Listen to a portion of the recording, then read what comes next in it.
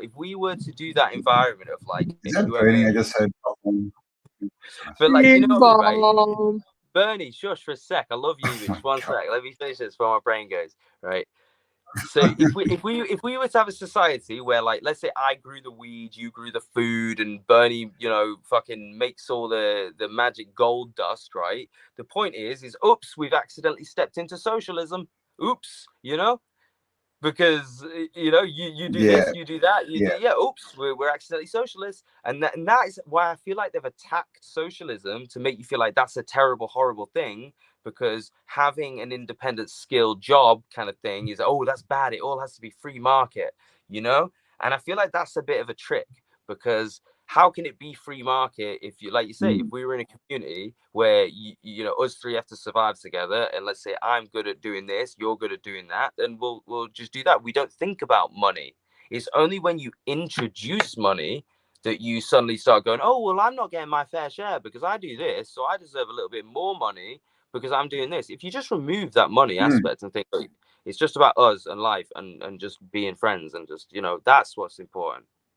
Well, Yeah, the whole money thing the is capitalism saying I'm is more not a valuable. free market. It's captured capitalism, and it's phony crony capitalism is the true term, where it's a combination of communist and fascist, all technocracy that we are in. Up on the history. Sorry.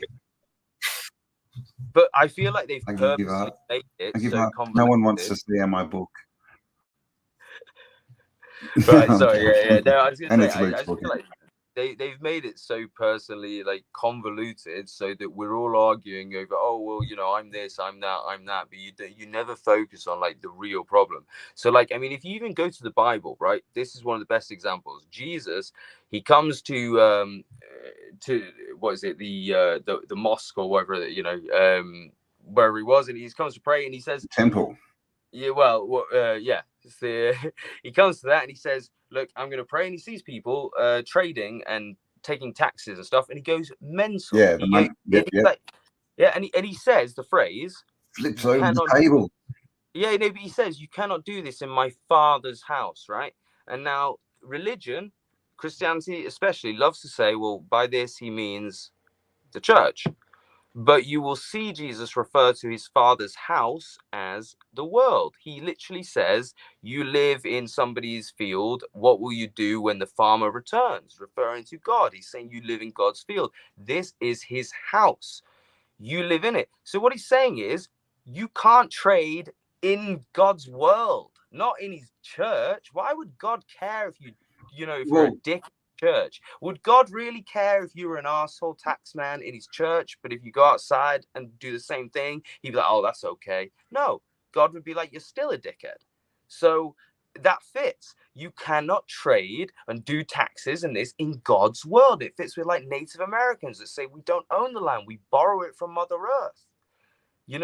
Like and again, you go into the Quran. I mean, the Quran will tell you cannot lend money expecting profit. You can lend money, but you cannot expect profit. Yeah. Well, that's exactly the same as give and you shall receive. It doesn't say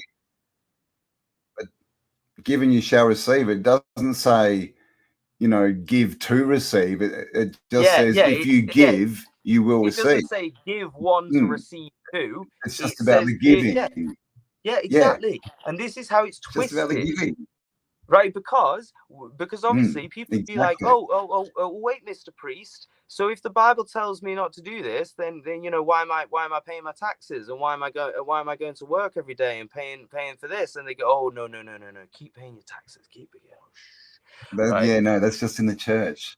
Exactly, but Jesus said this shouldn't happen. Why did he say it? In the church as I enter church. Because he's saying it corrupts, though, isn't he? And just one thing before I forget it is people. Yeah, and what are they trying to do now? Like, you were saying, do not trade. Like, what have we heard over the last couple of years, right? If you don't do certain things, you won't be able to trade in their system. Yeah, exactly. In this false kind of system, right? So this is the whole, I mean, mate, that right. When you think about it, though, that's been going deeper for way longer, because if you're not from a country, you can't go and trade. You know, you have to have the right to trade somewhere. And now, obviously, as people that are living in the Western world, we never even consider this. And now, as an English person who, whose countrymen brilliantly voted for Brexit, I can now sit here and say, arseholes, because I can't now go to Spain and do this. I can't just move to Spain and do this same shit I could have done 5 years ago, but because of some dickheads, I can't. But that's the point. Don't Like, swear while I'm in the Lord's house. Oh my God! The stuff beagle want to. What? This is turning into a bloody In roundhouse now. a couple minutes as soon as I'm out. Sorry, But I the had to point- the scream point- down. It's all right. The point is that we've got these restrictions, and it's all financial. Like, if you were rich, you could move wherever you want. You know, you could, like, Rupert Murdoch. He's Australian, but he's actually American. He has an American fucking passport because he's so fucking rich. They were like, "Come on in." He's a fox, man. Oh yeah, exactly. Well, They yeah, don't he's care a how he's much a they- globalist.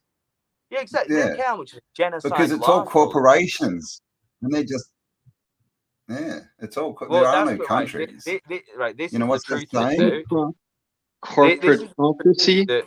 That countries don't exist. Like, they do, but they don't. As in, the rich, the companies are above this. So the best example of this is in World War II, right? When it all kicked off, Coca-Cola it hit that point where everyone was like, you've got to stop selling to the Nazis. So what did? They split into two companies: German Coca-Cola and American Coca-Cola. Completely nothing to do with each other. Of course, they were selling Coke, and then guess what? They run out of sugar, and there's two of me. No, they run out of sugar, and they can't make Coca-Cola anymore. So what do? They look around. They go, oh well, we'll make Fanta. So if you've ever drank Fanta, that was actually made for the Nazis because they ran out of the stuff necessary to make Coca-Cola. Yeah, and in fact, you can find maps of Europe with Fanta bottles on the capitals of each city saying "Drink Fanta for victory." Drink Fanta for victory, right? For that victory. Is what. Yeah, I'm serious, right? Because they don't care. They're the same company. Oh, things haven't changed, though, have they? But yeah, do you really think Coca-Cola were on the phone and they went, Pascal, we are going to have to turn off the French department of the Coca-Cola. Oh no, we cannot do this. Oh no, we're going to have to do this. Oh no, I'm very sorry. We'll never speak to you again, you bastards. Put the phone down. It's bollocks. It's the same company. It's the same.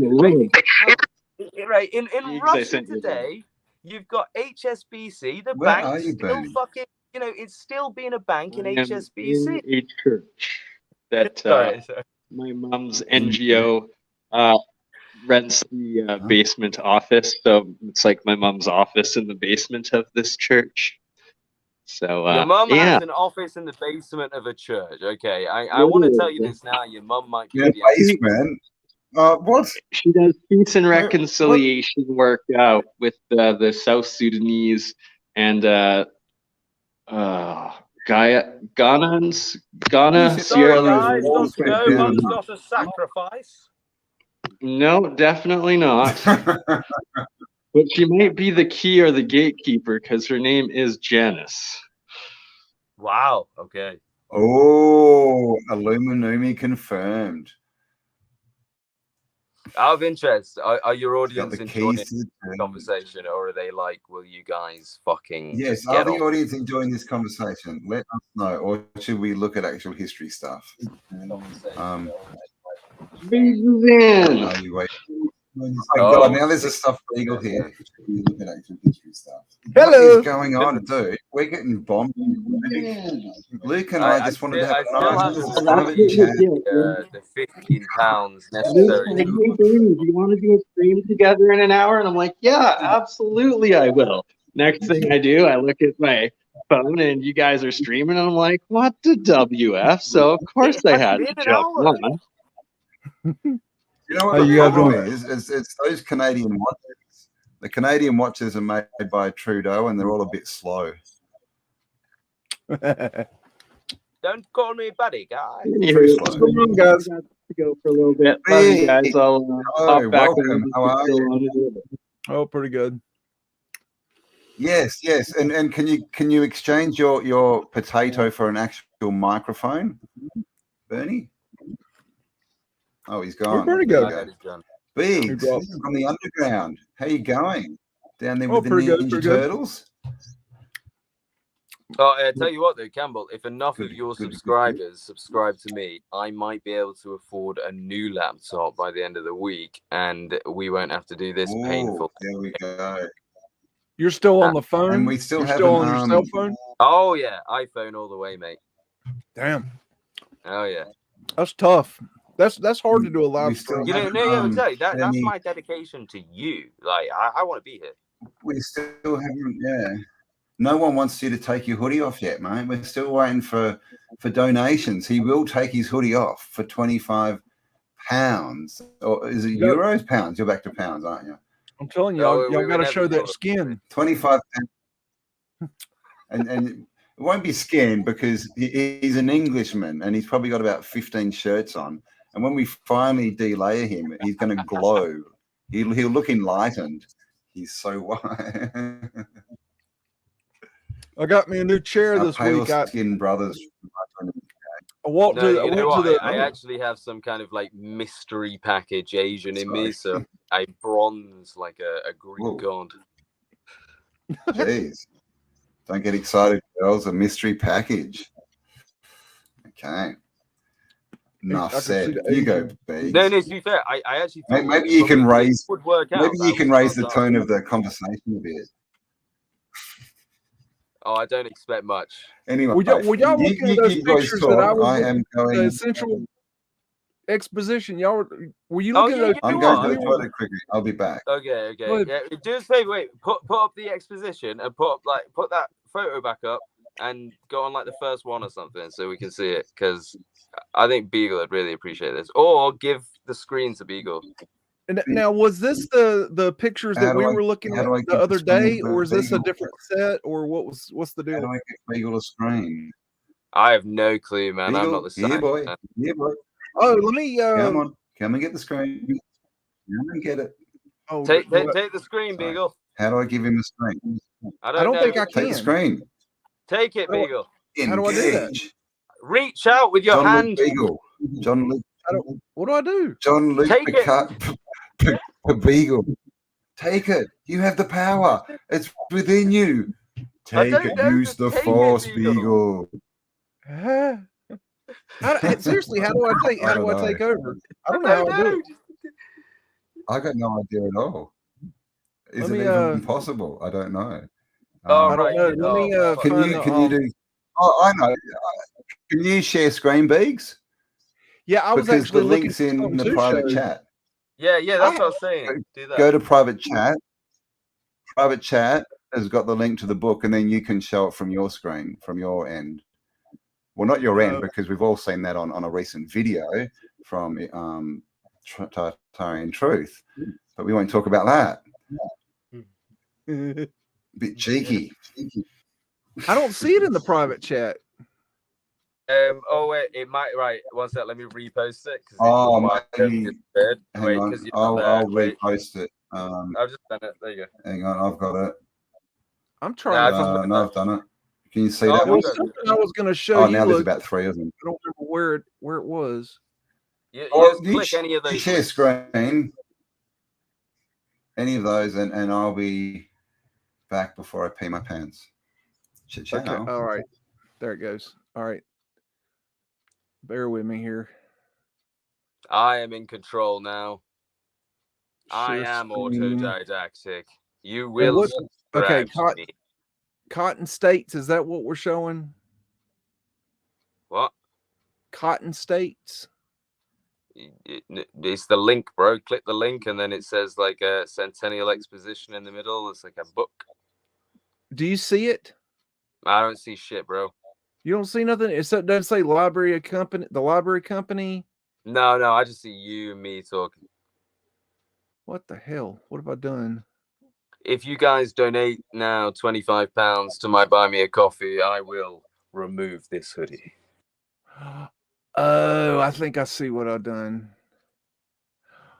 Okay, wait a minute. I know what I need to do. Bear with me, folks. I haven't done it this way before, so if someone sends £50, I'll come back in a onesie. I'm telling you, you got to show skin. You got to show that skin. Okay, I got it now. Okay, I'll give you that arm. Okay, that's all you get. Yeah, this arm. This should do it. Do you see that? Library Company of Philadelphia? No, I don't see shit, but it's lagging. So, nope. What do you? I mean, you're on the right thing, but we're not seeing it. So I think Cambell might not have sent your screen over. No. You got to be seeing it. Well, I'm not seeing it, mate. Oh, I bet he has to click. Yeah. Share. Damn. So what I want you to do is describe to us what you're seeing, and we'll do our best. Okay, it's a building, and it's got really fuzzy hair. Right, one second.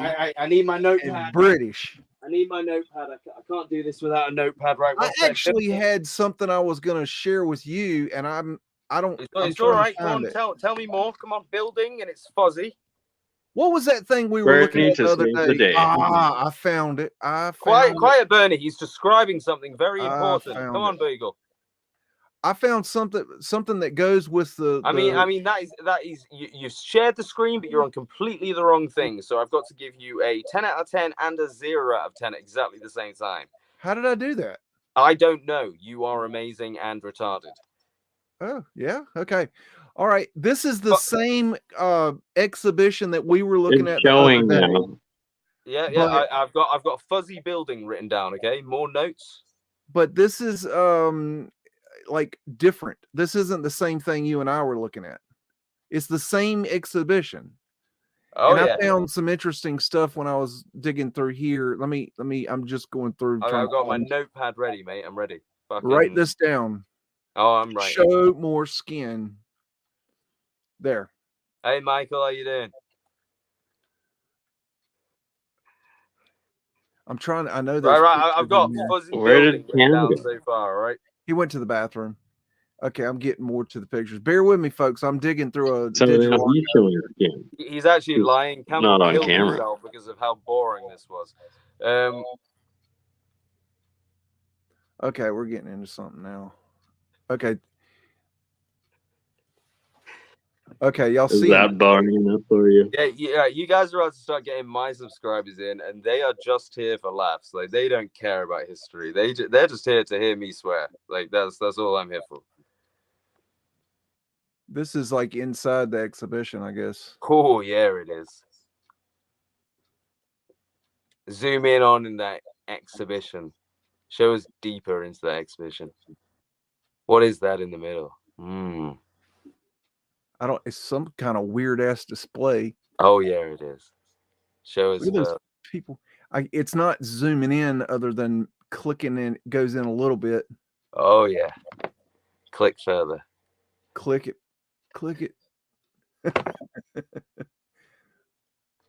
Look at those lights around it. Wow.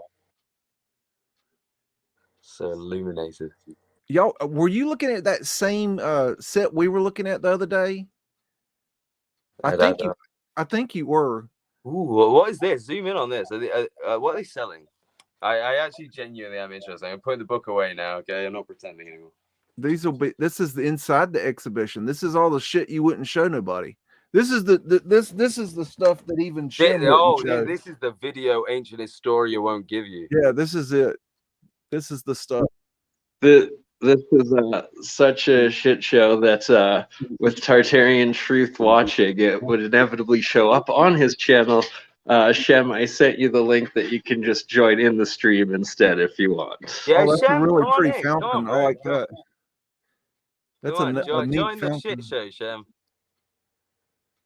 Yeah, this is basically we don't know what we're doing.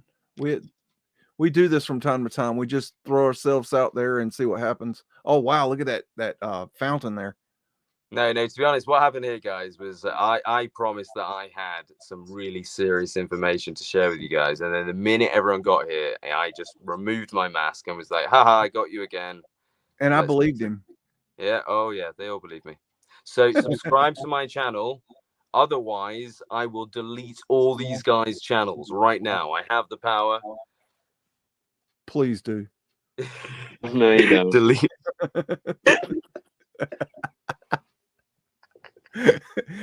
There's some techie bits on top. No, but honestly, I am the young putty that holds this group together. So support me, and you support the team. Junior researcher. Oh, exactly. He Oh, likes to call wow. me Junior. That's Oh, wow. pretty cool. Yeah, that's right actually there. sick. Fucking what the fuck is that? That's neat. Zoom in on that, please, sir. That is really. That's the glass palace, right?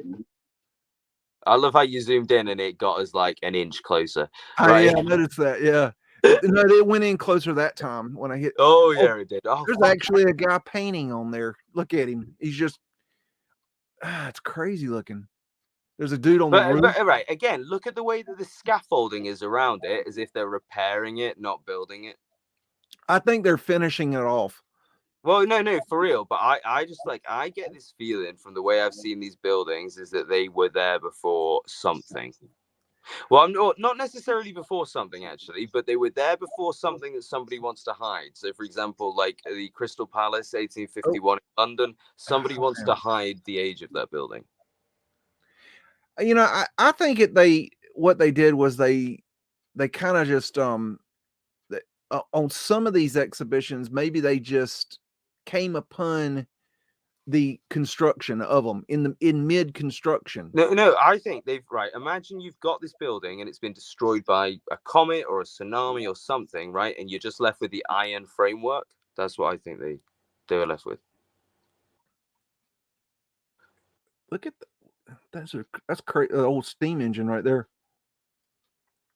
But yeah, the iron framework of the buildings makes sense because then it would be up to the people of the time to do what they want with it. So, for example, if it was 1851 and all you could do was stick glass on it, then you make a Crystal Palace. But if it's 1876 and you've learned to do a bit with fucking plaster and stuff, then you could actually put a nice facade on the building.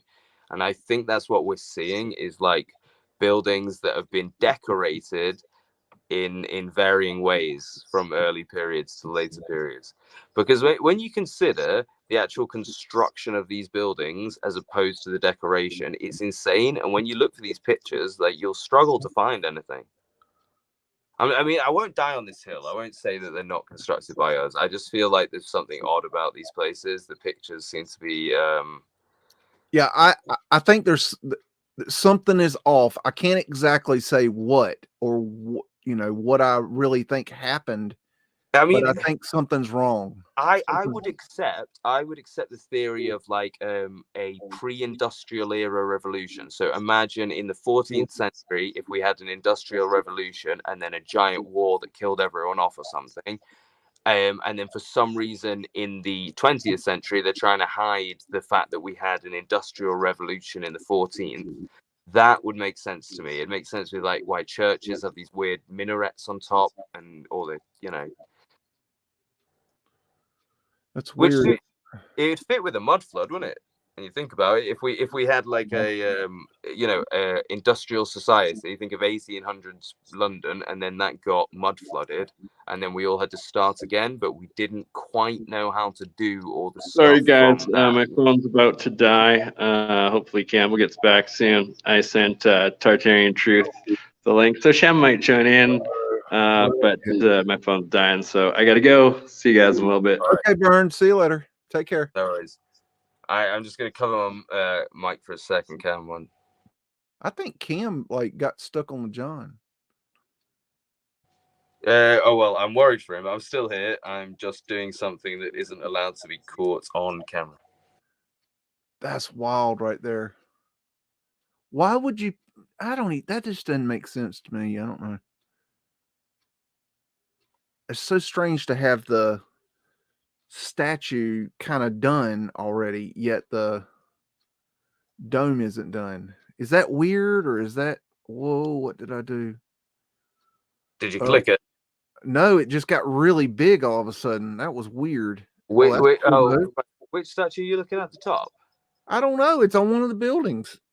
All right. Well, you know what, right? Zoom into the top of that building. One thing I would say is that There is zero scaffolding or cranes around that. Yeah, how'd they get that up there? I don't know. Now, obviously, they could have moved them, but the point is like, I mean, I'm fascinated by the in Philadelphia, the William Penn statue that's 35 feet tall and it's on the top of the building. That one just kills me. Have you ever seen that one on the City Hall? Nope, not seeing it. That one's really Look cool. at the inside of this. Right, bearing in mind, these buildings are supposed to be temporary buildings, and they are mostly assumed to be made of like staff, which is basically plaster. That ain't staff. Exactly. Look at that. Ridiculous. What? That is archwork underneath. Whoa. Look at that. Floor. That looks like arcades down the middle. See these? These right. arcades usually are part of like a viaduct or an aqueduct or some kind of water system. You can see them there again on the right. Look, look on the left and the right of this pit in the middle are arcades, which should indicate some kind of water system. Okay, think of an aqueduct or a viaduct. That's where arcades come into it. So either buried building or some kind of water system there. And it's got a Moorish look to it in the architecture there. But fuck the architecture and look below. Just below the architecture, you can see the rings that are undecorated. Those arcades, undecorated. Look. Yeah. Yeah. I mean, and look how deep they go. It's like they're unearthing those. They're not building them. I think I remember reading somewhere that this building supposedly, quote unquote, had a basement room with displays in it. But this doesn't look like a basement room. This looks like something that's buried. They've unearthed that. Look at this entire middle structure. They've unearthed. And horticulture hall or building. They've built on top of it. And right, this is the same thing they do with Star Forts. Okay, so in my most recent Star Forts video, the German one, there is a couple where I show you how underneath is definitely more. Right. So what they've done is they found this Star Fort. And the tip of it that's out, that's exposed, they've turned that into the military bit. And they've gone, oh, it's just military stuff, right? And everyone focuses on the tip of these Star Forts, but they don't focus on what's underneath. And this is the same with this shit. The building they put on top isn't the amazing bit. It's the fucking buried building. It's all the shit that's underground that's actually crazy. Because look, they're unearthing it. They're not building it, they're unearthing it. Look at that, running pipes under it. Oh, hello. Look who's back. Mr. Ancient Historia. No, you're Ancient Historia, dude. I'm autodidactic. Yeah. Subscribe to Cambell Ancient Historia. Sorry, I'm checking a message. Nice. I got distracted. No, but really though, all of you watching, can you genuinely just subscribe to me until I get 10K and show my mom, and then you can fuck off after that. But so would your mom be really surprised if you no, she'd just be really happy because like my dad passed away last year, and like I went a bit down a hole, and I and then I told her I'm making YouTube videos, and I think she was thinking like oh, okay. So yeah, like whatever, but then she sees this and if it's successful, I feel like she might be like, whoa. Wow. Right, you're right. Yeah, that's cool. That's cool. This is valid research. We're not like Mr. Beast kind of YouTubers. When I first told her, like, community service, people are going to want to hear me talk about history and every now and then tell someone to fuck off, like, And then, she would have been like, that's crazy. No one's going to hear. That's You're supposed to be a well-spoken Englishman. Well, I mean, that is my entire shtick. So I talk professionally, and then at the end of that, I summarize it quite colloquially. I'm going to create F-bomb Luke. No, that's it. So I'll start off. So this and this and this. And if you don't even believe me, then F you. No, not like that. No, you must be good at Monty Python. So Tamerlane invaded Shiraz, conquered the empire, and then had the Tibet rang in his name. Okay. So at that point, he slaps some motherfuckers, and they're reasonably assuming that this cunt is fucking real, right? And that's the point where people are like, okay,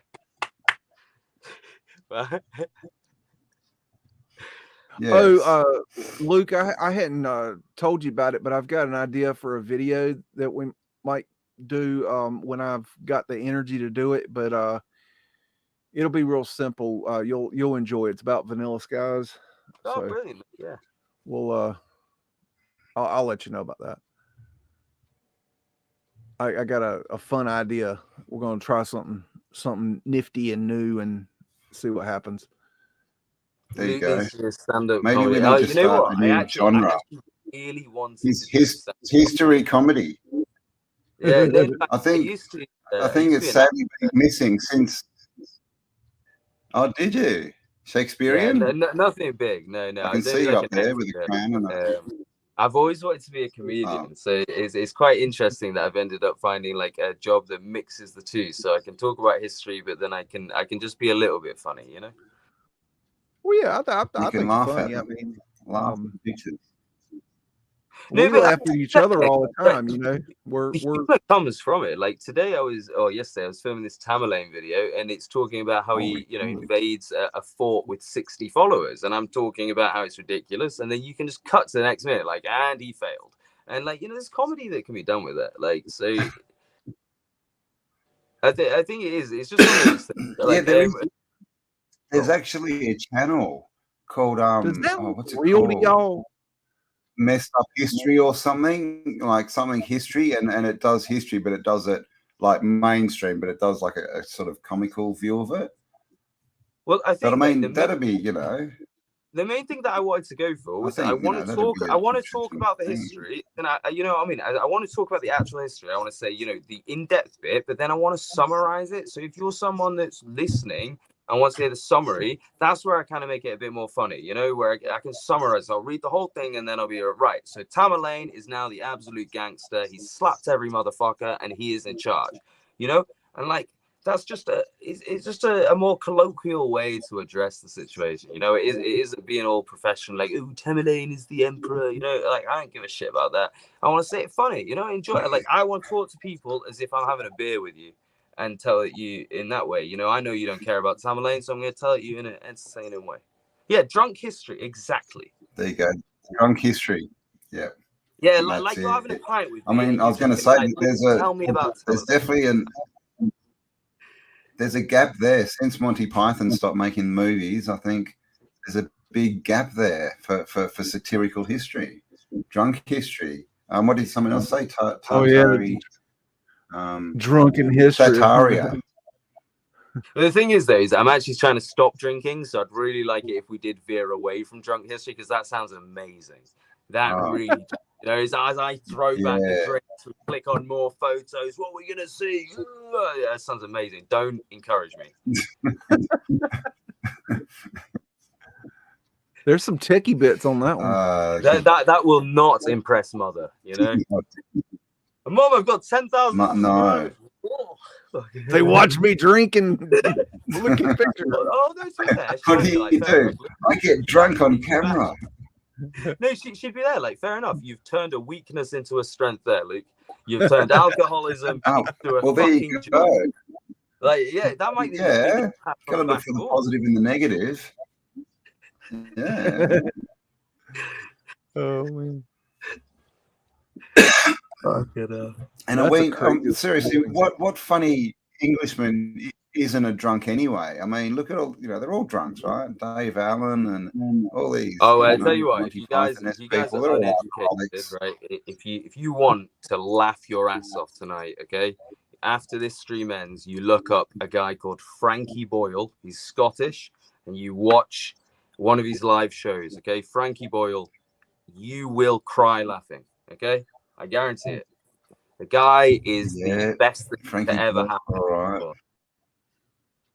Because Scottish people have this ability, right, where they can say the most evil thing, and you will just take it as a joke. I'm not kidding. Well, they've got the accent, exactly. That's the thing. I mean, you'd have trouble arguing with a Scotsman because you just look like the bad guy, like trying to be all high and mighty, and he'd be like everyone's mate. A Scotsman could recommend the resurrection of the Third Reich, and it would sound like a reasonable thing. Okay. Exactly. Nobody knows if Billy Connolly's actually funny or not yet. They just know he's got a really funny So, I'll accent, prove it. and he says Right, things then, in a I'm cool way. telling you, right? Okay, I'm not saying He's nothing, pretty right? funny. I'll give him that. I'm just saying a little bit of genocide. Just a little bit of genocide. Ah. Oh my God! What? How did Shem get in here? Break the Geneva What's Shem? Convention. I'm just saying a little bit of genocide. That building is A little bit of humongous. oh, hang on. You can't talk about that subject with our next guest. Apparently. What are you doing? Hi, Shem. How did you? Oh, hey, I feel like I'm being invaded here. You are. It's Bernie's fault. Welcome. How you doing? By a guy that couldn't decide that he was Aragorn or Legolas, so he chose both. That's how we do it. Yeah. Now Bernie keeps inviting me. I stop by and say what's up. First time I think you're meeting Beaks, so this I think is it? Yeah, it is. Yes. I can't see Big anything wants to thank you for exposing him to the world. Pictures here right now. Hi, I can't see anything. What's up, man? You can't see anything. By love. Yeah. So what can y'all see? I don't even know what y'all. It's a construction photo. I've been showing construction photos. Oh, that's. I love showing construction photos because they always say there's no construction photos. You don't show construction photos. Yes, I do. But to be fair, when they say construction photos, what they mean is like we're building something on the inside or we're repairing something on the outside. Yeah, of a massive. Yeah, look at the building it's in. Yeah. As in, don't have to build a foundation or anything. Like, look, this is a good example. And that's the thing. I could agree that they were definitely made out of plaster for sure. Oh, by the way, remember as well. Look at those train tracks, and just remember that at this point, electricity was not a thing. So all those trams would have been. So people were pushing that. Yeah, they probably brought it in with a horse, but yep. Well, to be fair, but where's the horse? And more importantly, where's the horse poo? When was that? Those tracks actually look too wide. The horse-drawn carriages are usually a bit narrow. Hey, what was the date of this exhibition? I forget. 1876. 76. They did have 1876 if it's the Philadelphia one. Yeah.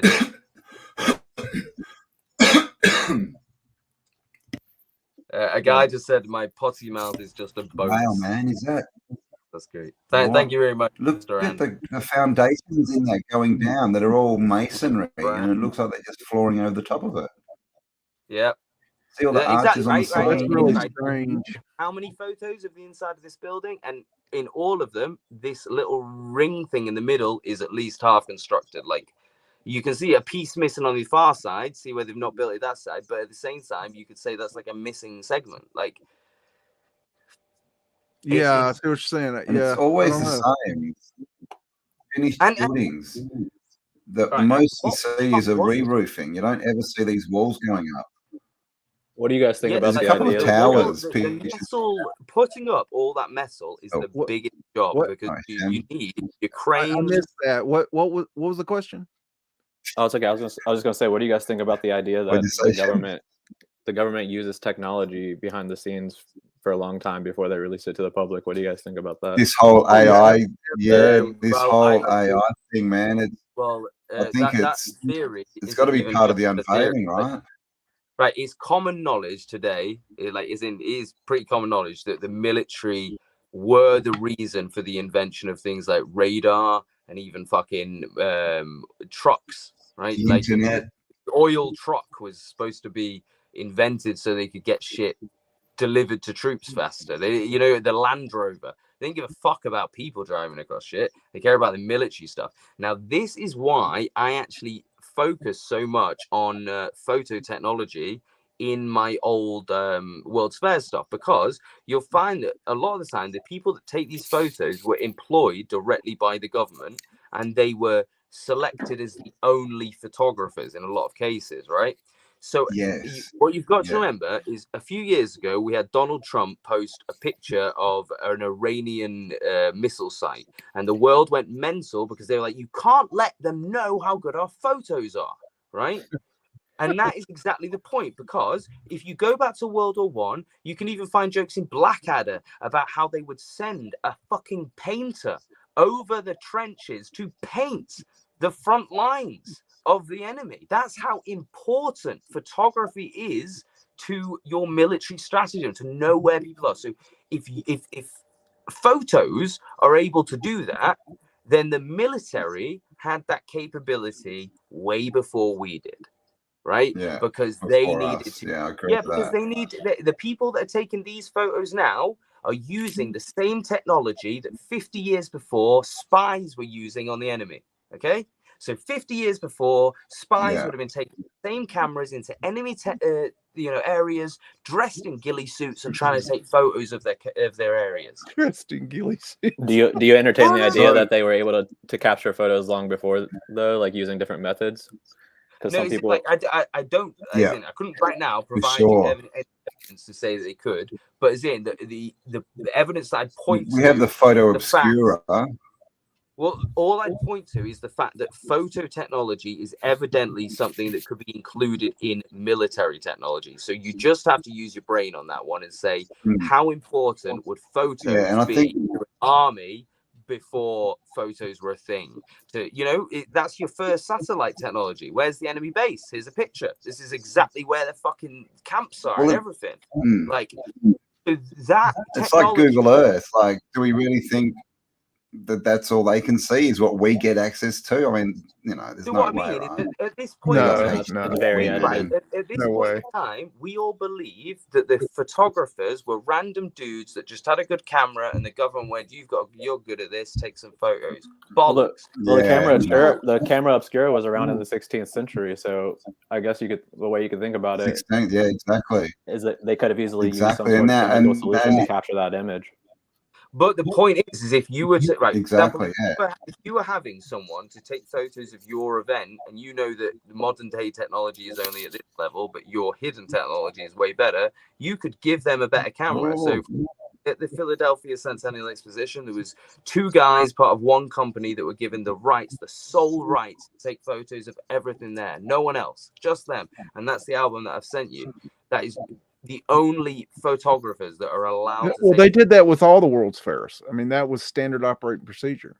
Yeah. No, but the point I'm trying to say, though, is that exactly. they are so secretive that they could give you a camera and say, this is the camera you're taking your photos with, right? You know how to take pictures. Yeah, and then they'd also go through them, and they'd choose the ones that get released as well. So exactly, yeah. No, I actually did a we only get video to see on this.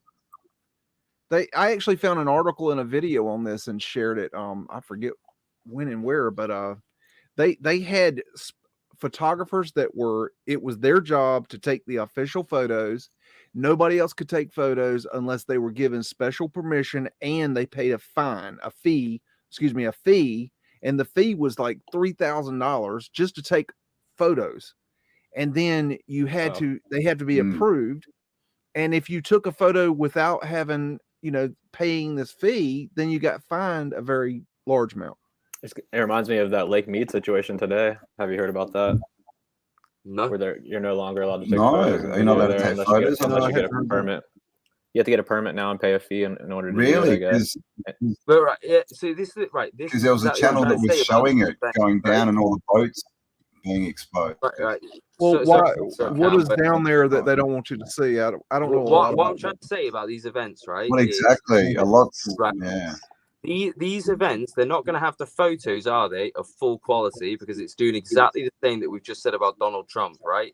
If you are the American, you don't want the Russians or the Chinese or the Germans or whatever, you don't want them to know that this is your photo taking capability, because they'll be on the watch out for it. Because think how important this is. Right? If you could just go into the enemy's base and take a photo of their on the whole same side. Right, so this is why it's controlled, because think, right, if what's available to the public, what was available to government, and it's probably 30 years ahead of what we think. even look at the quality of these photos. This is 1876, and look at the quality of them and the definition. Like most of the photos you get from the 1900s aren't half as good as this. Right, and find photos from normal photographers from the same period, nowhere near the quality, because these guys have been given a camera from the government that is better. They've said, this is the camera you use, go take the photos, right? And that's why it's so weird. Like one of the dudes actually from Philadelphia died like soon after, which is something you do see quite. But I don't want to go too much into that. But point is that two dudes are given something by the government and said, you're the only ones that can take these photos. So just think about it. If these were the best public cameras, what was the cameras that the government had for their spies, right? Because, like you say, radio was invented for the military. Can you zoom in on some of these people, Biggs? Somewhat. It's kind of strange how it's zooming in. It's not doing real good. That's the main building. I've noticed that some of these people look like those AI generated people sometimes. I have noticed the same thing. Well, this is the thing. That's the main building. The whole AI is we don't know, because the thing is all the outside photography is that old and better than so is Photoshop and photo manipulation, right? I don't necessarily think AI, that the people were added with AI. I think that actually what they were done is they were just photo manipulated and pasted onto the negative, and then they reshot the picture, and then they have a negative that actually has people in the pictures. I don't think they actually used AI to do that. I mean, look at that shot. Why is there a building there, but there's no solid road to get stuff in? Right. Oh yeah, but I was going to say with the people in the pictures, this is where it gets confused, right? Because obviously people did have to stand there for it's between 3 minutes and 15 minutes. So don't believe everything you hear about it have to be 15. There were quick ones, right? But what would happen is most people would want to stand there for the photo. So they would actually stand and take the photo. But if it was a really long one, then obviously people keep moving, and that's when you end up with these blurs. So what they try and do is get a photo of a big crowd and at the event, and then a photo of the building itself without the crowd, and then they just try and merge the photos together, just to make the best of both. Well, now in the old films, I've go ahead. Go ahead. No, you go. You go first. I ran across information that showed that the way that they took the old films, where we see the films around the early 1900s, is that they would put out flyers that told the people to be at a certain place at a certain time, and that they were going to film them. Yeah. And if they were in the film, then they would show the film in their city later that week. So people would show up because they wanted to see themselves on the silver screen. I get that, but how did they get the streets empty? Because in those days, I can't That's a different story. The streets were empty. Because the streets were empty. There was no population. We're filming a TV show. You can't come down here. That the law says. Whereas in those days, we're taking a picture. Can you please not come down? Like, fuck off. I'm going to get the fuck off. That wouldn't work. There was something else. That's the thing. It's more like the streets were empty, and to get a crowd, they had to put out flyers, and that's the only way to get a crowd, because they had these cities for 1 million people, but only 10,000 people living there. Let's say that these were cities that used to be inhabited and had been, either pushed on or whatever, moved on, whatever, right? And now these cities are having their kind of high school prom photographs. We were here, choo, come on in, right? And I feel like that might be what it is, because like I said, I'm reading a book at the moment. I haven't got too far into it. It's called The Muscovites in California, which talks about the Russians in California. And obviously, if anyone thinks that sounds crazy, just remember you bought Alaska from the Russians. How do you think they got there? Do you think they just stayed there? Do you think they got to Alaska and went, oh, this is nice? I got a question, guys. Why are those boards moving? Yeah, that's wait, what? Oh, yeah, shit. Yeah, what's going on there? And some of those boards underneath, like the top boards, look like they're underneath the cross beams. See how the line goes across the top of them? Maybe the people were just looking at that wrong. They look like ghost Yeah, I was gonna say it's weird that there's not like people picking them up and moving them. It kind of looks like there's one shadow in the middle there. I can't tell for sure though. Although, one thing I would say to you is don't focus too much on that stuff. Oh, is that light? Is that shadow I'm looking at? Ah. Have you guys? Right. Is that, no, someone sent me this book from the Paris Exposition of 1900, and it says maybe it was light. Like what I would say that is in between the 10 minutes of the photo taking, some people have come in and dropped those planks. No, look. See right there. One of those planks is sitting on top of those cross beams, and the one next to it, yeah, is it either moving because you can see the cross beams through the board. Yeah, because they've moved. But the one by itself is on top. So you I know. So right. So when they've taken how they're moving, yeah. So when they've taken the first shot, that doesn't make sense. The next one, I don't know. I don't have an answer for that. And this board's clear as day, sitting still. Like the only weird thing I'd say about it is that you can't see people. But zoom in actually on these boards, it looks like somebody's kind of tried to scratch them out on the left. Just when this loads. Hold on. So good. Oh, is it loading? Oh fuck it. Who knows? Oh, I done killed it. It's dead. But yeah, no. What I mean. All I mean by this is try not to focus too much on stuff that you shouldn't see. What you'll find is that somebody in the comments will come back to you with some knowledge about cameras and make you look like an idiot. Well, so I forget what year it was. They did have a camera back then that you could shoot like 8 frames per second or something. There was a handheld camera. Now this little person right here, this looks like it's painted to me. This is how you become invulnerable. You go, wow, that looks really weird. That looks like it could be this. What do you guys think? Right. These guys look like they could be there, but this kid right here looks like he's painted. To me, that's an opinion. I mean, can I share my screen very quickly? There's someone that sent me a book from the 1900 Paris Exposition, and on the cover of it says illustrated, but it appears like they're the same kind of photos that you're seeing here. Yeah, this is another thing that I think didn't we talk about it, Biggs? So what they would do is when they took photos, for example, of something that usually has flags on it, right? And the flags would become blurred and disappear and shit. They'd get somebody to draw the flags on to make the whole picture work. Now, it isn't something nefarious. It isn't like someone was drawing the flags on going like, right? It's just that they thought it would look better than the blurred image. So that's one thing I think you have to distinguish for people watching, because if they see you clicking on stuff like that and saying, oh, this looks weird, they'll think you're trying to make like a conspiracy out of everything. Oh, no. I've been very clear that I don't know why they're doing these things, but my point is that they are and they can. That's my exactly. I don't know why. That's definitely the way you approach it. But that's more than I knew, a couple years ago. So that's what I mean, because like for example with the flags, right? I can sit here and say, oh, it's nefarious that they're coloring in the flags. It's nefarious they're doing shit to the flags, whereas the truth might be that they're just adding it in to make the picture look better, right? And if you tell the truth about that, people also would. Absolutely. See, what's interesting though is that they're calling this an illustration. They're calling this an illustration in this book. Oh wait, I think I know that one. Is it got water around it or not? This is the Paris Exposition of you 1900 did illustrated. That with this is after the Eiffel Tower. Illustrated, yeah. And Luke and also Zertis have both talked to David Ewing Jr., and he's saying, if I get it correct, he's saying that all the photos from the Pan Pacific Expo are fake, or was it the St. Louis? And he talked about them being drawn.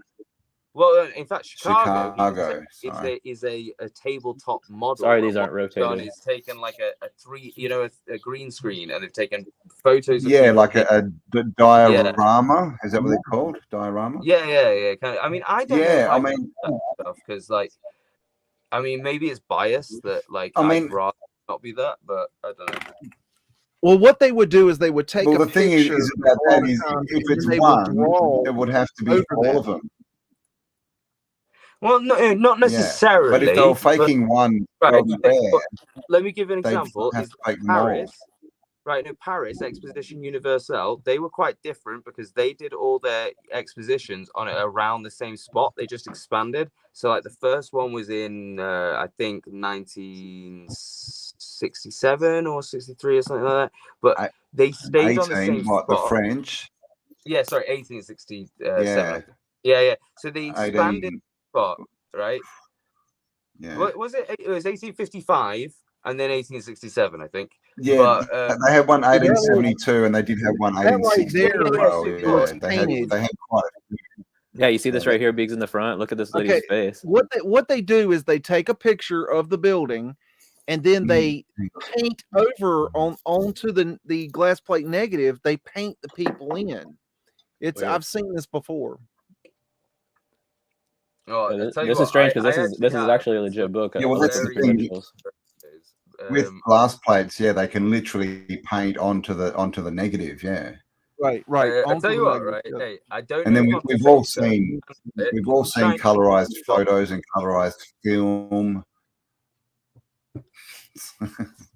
I don't know if the potato will handle it, but could you give my laptop the control of the screen? Yeah, if anyone wants this, message me on Instagram at Tartarian Truth, and I'll share this with you. Would you be able to give my laptop the control of the screen? You know what's hard for me is I've seen so many World Fair photos now that they all blend together, and it's very confusing. When you really study this stuff, it's very difficult to determine what you're looking at, which fair is which at some point. This one? Yeah, one sec. Let me see if I can get this. So if this works, then we're good. Yeah, come on, share screen. Oh, you look like Captain Autodidactic, Luke.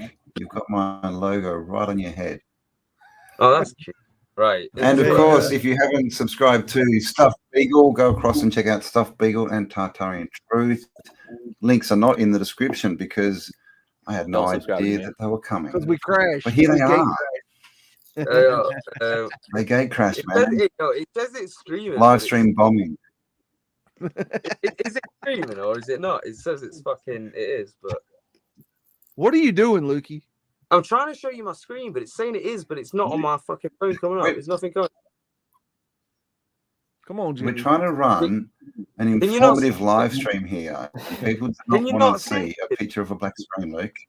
Oh, for fuck. Right, so, take it away from me then. So while he's doing this, do you guys wanted to maybe talk about how do you think the World's Fairs relate to Tartaria at all, if you do? I have a theory, but Cam, what's your theory? Yours is probably going to be more interesting. I mean, I'm still of the opinion that most of these buildings were there. They were found. All the photos we see seem to be re-roofing and facading and building inside buildings. So I think, and they're all flooded. You know, a lot of them too at construction points. So I think a lot of work went on, but you know, they can't explain building the canals. The main thing for me is the plumbing system. With all these fountains we see everywhere, that's a very, very complex system that they put in. And you can't. There's nothing. They don't want to mention it. Right, yeah, you know, people just want to talk about how they built this building or this building, but when you look at it as a whole, like we had we had 5 World Expos in Australia, and one of them was in the middle of the desert. Like it doesn't make sense. And then the other thing is, these are all supposed to promote, you know, trade, like for these new countries, but they're all covered in Phoenician logos. They're not like the American fairs aren't covered in Americana. The French ones aren't covered in, you know, France stuff. It just looks like it's a leftover from a previous culture. I have a theory. I have no proof for it, but this is kind of the theory I'm going with right now. They call it the World's Fair, okay? And I think they called it the World's Fair because it actually was a World's Fair. All of these sites were one fair. They were just worldwide. They were all going to happen at one time. They were all in the middle of construction whenever whatever happened. And then we came in, we found these buildings, these structures, these World Fair sites. And then as we got them going, we had a World's Fair at that site, had them at different times, and then we destroyed them. So that's my going theory right now. I have no You know proof. what? For it. That actually fits with a theory that I'd heard from. I don't know if you guys have ever heard of a guy called Matthias. He appears on.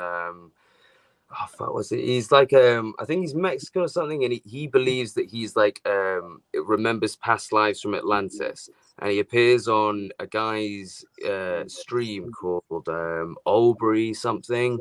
Is Albury Marcus? Is it? He's kind of like a Joe Rogan type stream, and he talks to a lot of people like that. So there's a guy on that called Matthias who believes that he receives past lives from a life in Atlantis, and he talks about the end of Atlantis being a celebration where it like came together and had all these like like on the day of death they were all having this one giant celebration of life, and I feel like it kind of fit the World's Fairs of like this. Like for example, the pyramids there, just going off this basis, imagine if you wanted to reincarnate to a certain star system, you would go to that pyramid for your ascension because it would be pointed that way. And I thought like this kind of matches with everything going on. If everyone knew that we were dying and it was a celebration, you'd go to the World's Fair that was like for you, for where you want to go. Like, well, my theory is, what if you have all of these sites around the world and you have one fair and different sites, it would allow everybody from around the world to participate in this World's Fair. Even though it was at your location, you still participated in the World's Fair. You got to go. It's similar to that. If it was like one location in the world, it's a lot harder for people from around the world to go to one location. Maybe it's that, right? So imagine, the reset.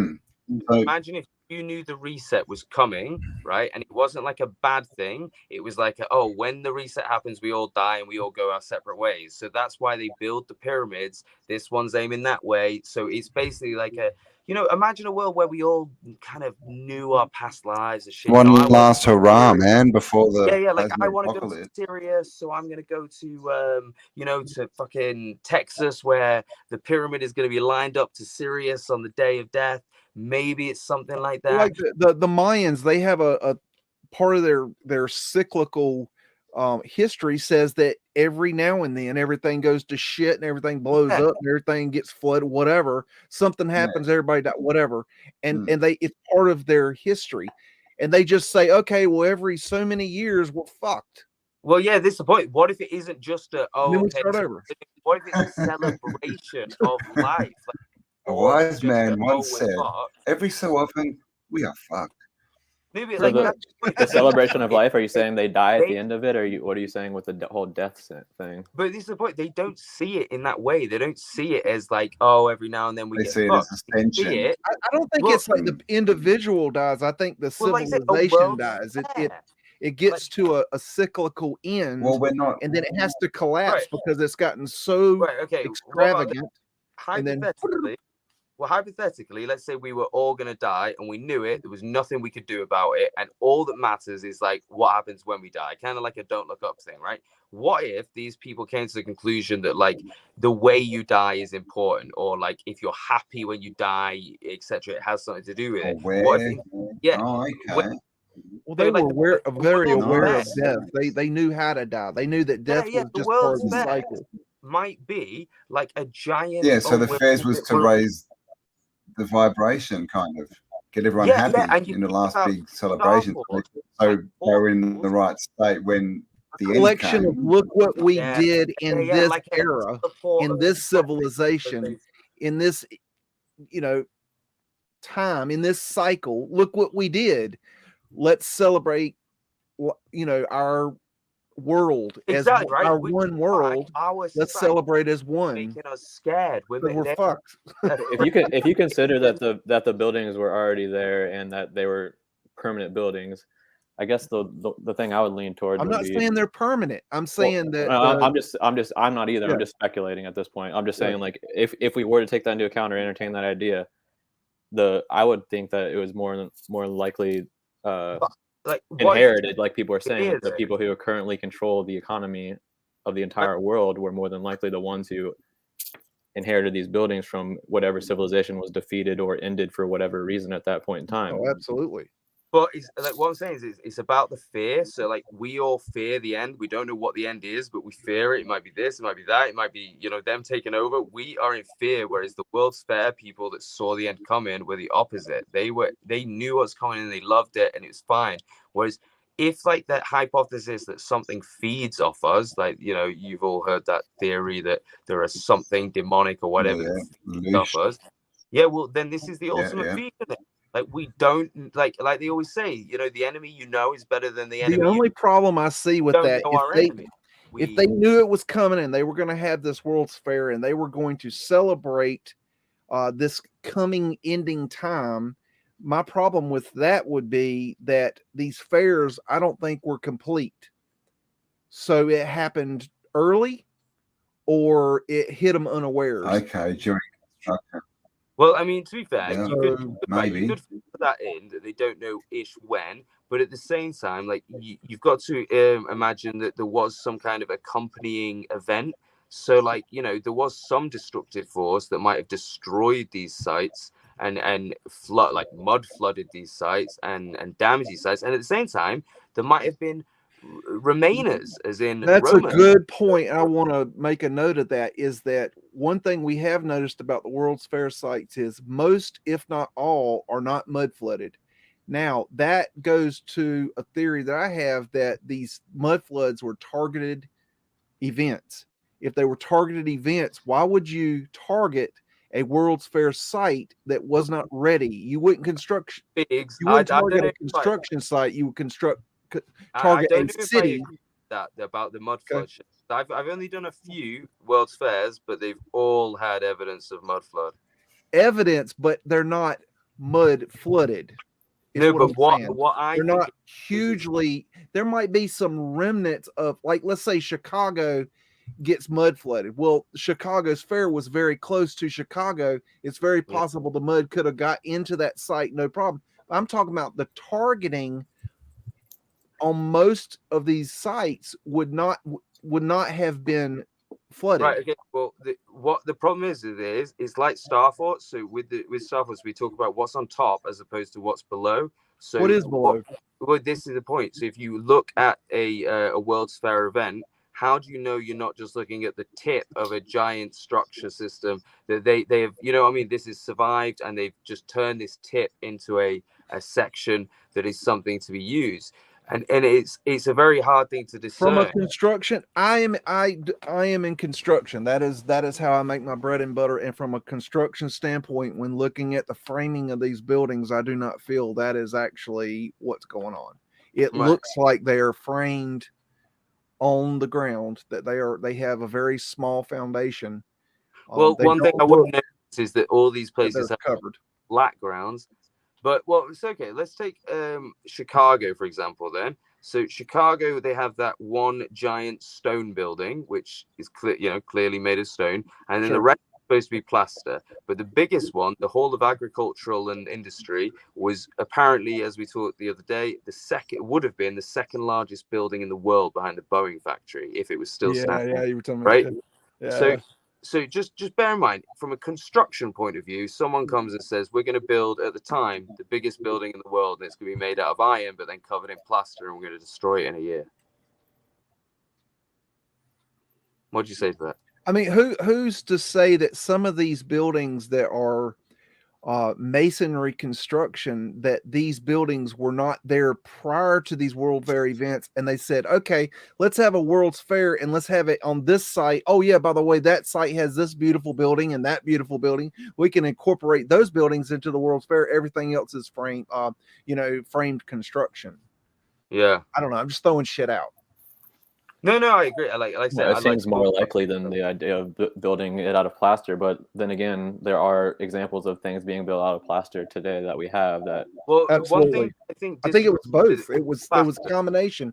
I see like masonry. I see very highly elaborately framed buildings, and I see shittily framed buildings, shit that we build today. But some of that stuff is not the same. One is not like the other. And you can tell the difference. There's a big difference between a very simple wood framed construction, and some of these very large timber framed constructions. They're incredible. They're very difficult to build, especially in a time when you don't have, you know, the technology that we have today, the cranes and the electric saws and the electric drills. Well, and that's the thing where I think that one thing that could lead to more answers with some of these theories is if we look into the laws and the economy. Like, because, for example, I don't know much about Australia or the UK, but in America, at the end of the 19th century going into the 20th century, there were so many things taking place behind the scenes with the people who currently own and control a majority of our economy, to where a lot of the technology has been covered up and a lot of these deals have been covered up. And I guess, like, if you look into that more, you would be able to find more of a reason for what happened, is where I'm trying to go with this. Well, my background, for a long time, I was in the audio video production business. Okay. And there are technologies that I saw is porn pre 2008 that are still not on the market today, because they would bring things to us for the industry and show it to us, trying to get us to use it. And I've still not seen some of the things on the market that right. All you have to do for that is look at green energy. Like, how many people will tell you that, you know, they had some kind of green energy car filter something, and it gets bought by Honda and then disappears into the fucking system because they don't care about that stuff. And it's, you know, in a weird way, I feel like these World's Fairs did that exact same thing, because when they hosted these events, they sent out letters to everyone in the city saying, if you've got anything that you want to be on display, let us know, send it in to us and we'll evaluate it. So, for example, with artists we were talking about this the other day, about how even the smaller cities had exhibitions and they're not even being shown. Most people don't even know about them. So hear me out. If you've just moved all your people into a new city, right, and you know there's going to be loads of stuff hidden out there, maybe in houses and stuff that you can't really get to, and you need them to come forward and give it to you, right? You have an event, okay, and the best stuff gets a big medal. Now, this is how important it was to these people, that if you were an artist and you sent your art to one of these events, they would either sign it and say yes, you're in, or they would tick it and say no, you're not. Artists that got a no to these events would struggle to sell their artwork. But that's how important these events were. No, you weren't accepted into the exposition. I won't buy your shit. So somebody having artwork accepted was a tick, meant that all your artwork is now worth more, right? So that's how important it was. These people cared about this. They got proper medals, you know, right? So if you bring to them something you found in your house, look at this, look, it's amazing. And they go, oh, that's brilliant. Bring it down. Here's your medal. That's ours now. Right. And that's how it is. Right. And the photographers are their photographers, so they can take the photos or get rid of that. So they literally had everyone in the country or in the city being like a little gold digger for them. And anything they find, they'll come back running. Oh, is this worth anything? Oh, I found it. It's a camera looking thing. Is this worth anything? And they go, oh yeah, of course it is. Come on, we'll stamp that, put it in the exhibition. Thank you very much. And that person gets a medal. They're happy with themselves, and that technology now disappears. I'm fascinated by the photographic technology where the old pictures, the glass plate negatives, are better than some of the digital technology we have today, in my opinion. They have a richness to them. Fucking air in a balloon. It's amazing. Like, it's almost like we devolved our technology of photography until just recently. Go back to the air view of Crystal Palace. That's a balloon photo. So if the balloon has a camera in it. If you go right back to the Crystal Palace, but that's the point. Like, so when you consider stabilization and shutter speed, they had a fucking balloon cameras then, right? It's that little swampy area in front. There you go. Yeah. Look at those. If you forward again, you missed them. But they've got air views of these Crystal Palaces. Now, this is the second Crystal Palace. This is the one that apparently got moved, which is a completely different building from the first one. Yeah. And this one, you won't believe it. I got a question. How did it burn? Oh, well, yeah, what happened was the guy that loved it, owned it, kind of. He was flammable glass, man. and he saw.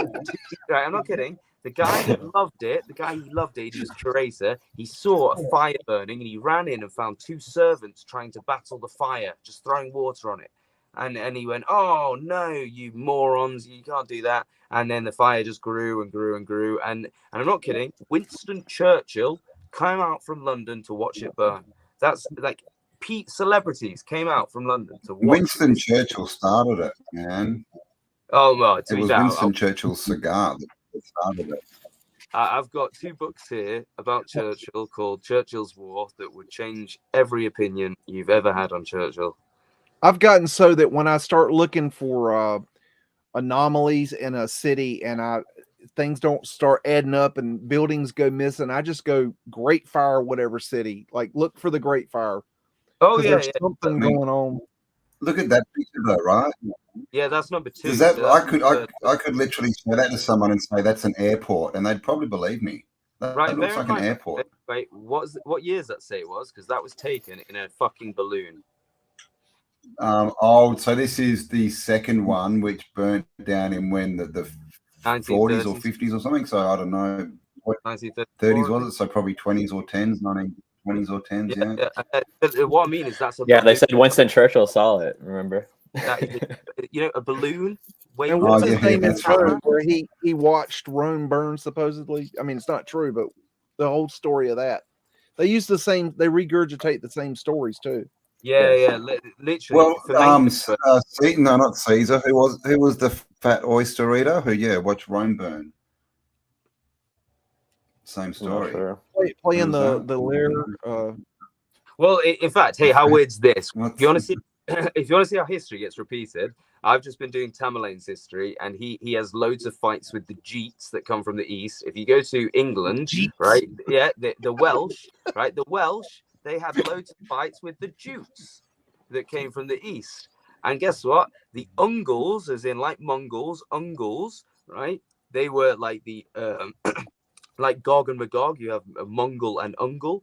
The Ungles, if you take the un and turn it to Engles, as in Angles. Engles, Ungles. And they pronounce it Ungles. So in the east of England, during the early days, we've actually got Ungles and Jutes, which is close to, Ungles and Geats. It raises a lot of questions. Yeah. Hey, Cam, any of these pictures that look like they're painted, sometimes you can do a reverse Google search and reverse image search, and you can find the actual picture they used for the picture that you're looking at. It doesn't always work, but sometimes I need cool.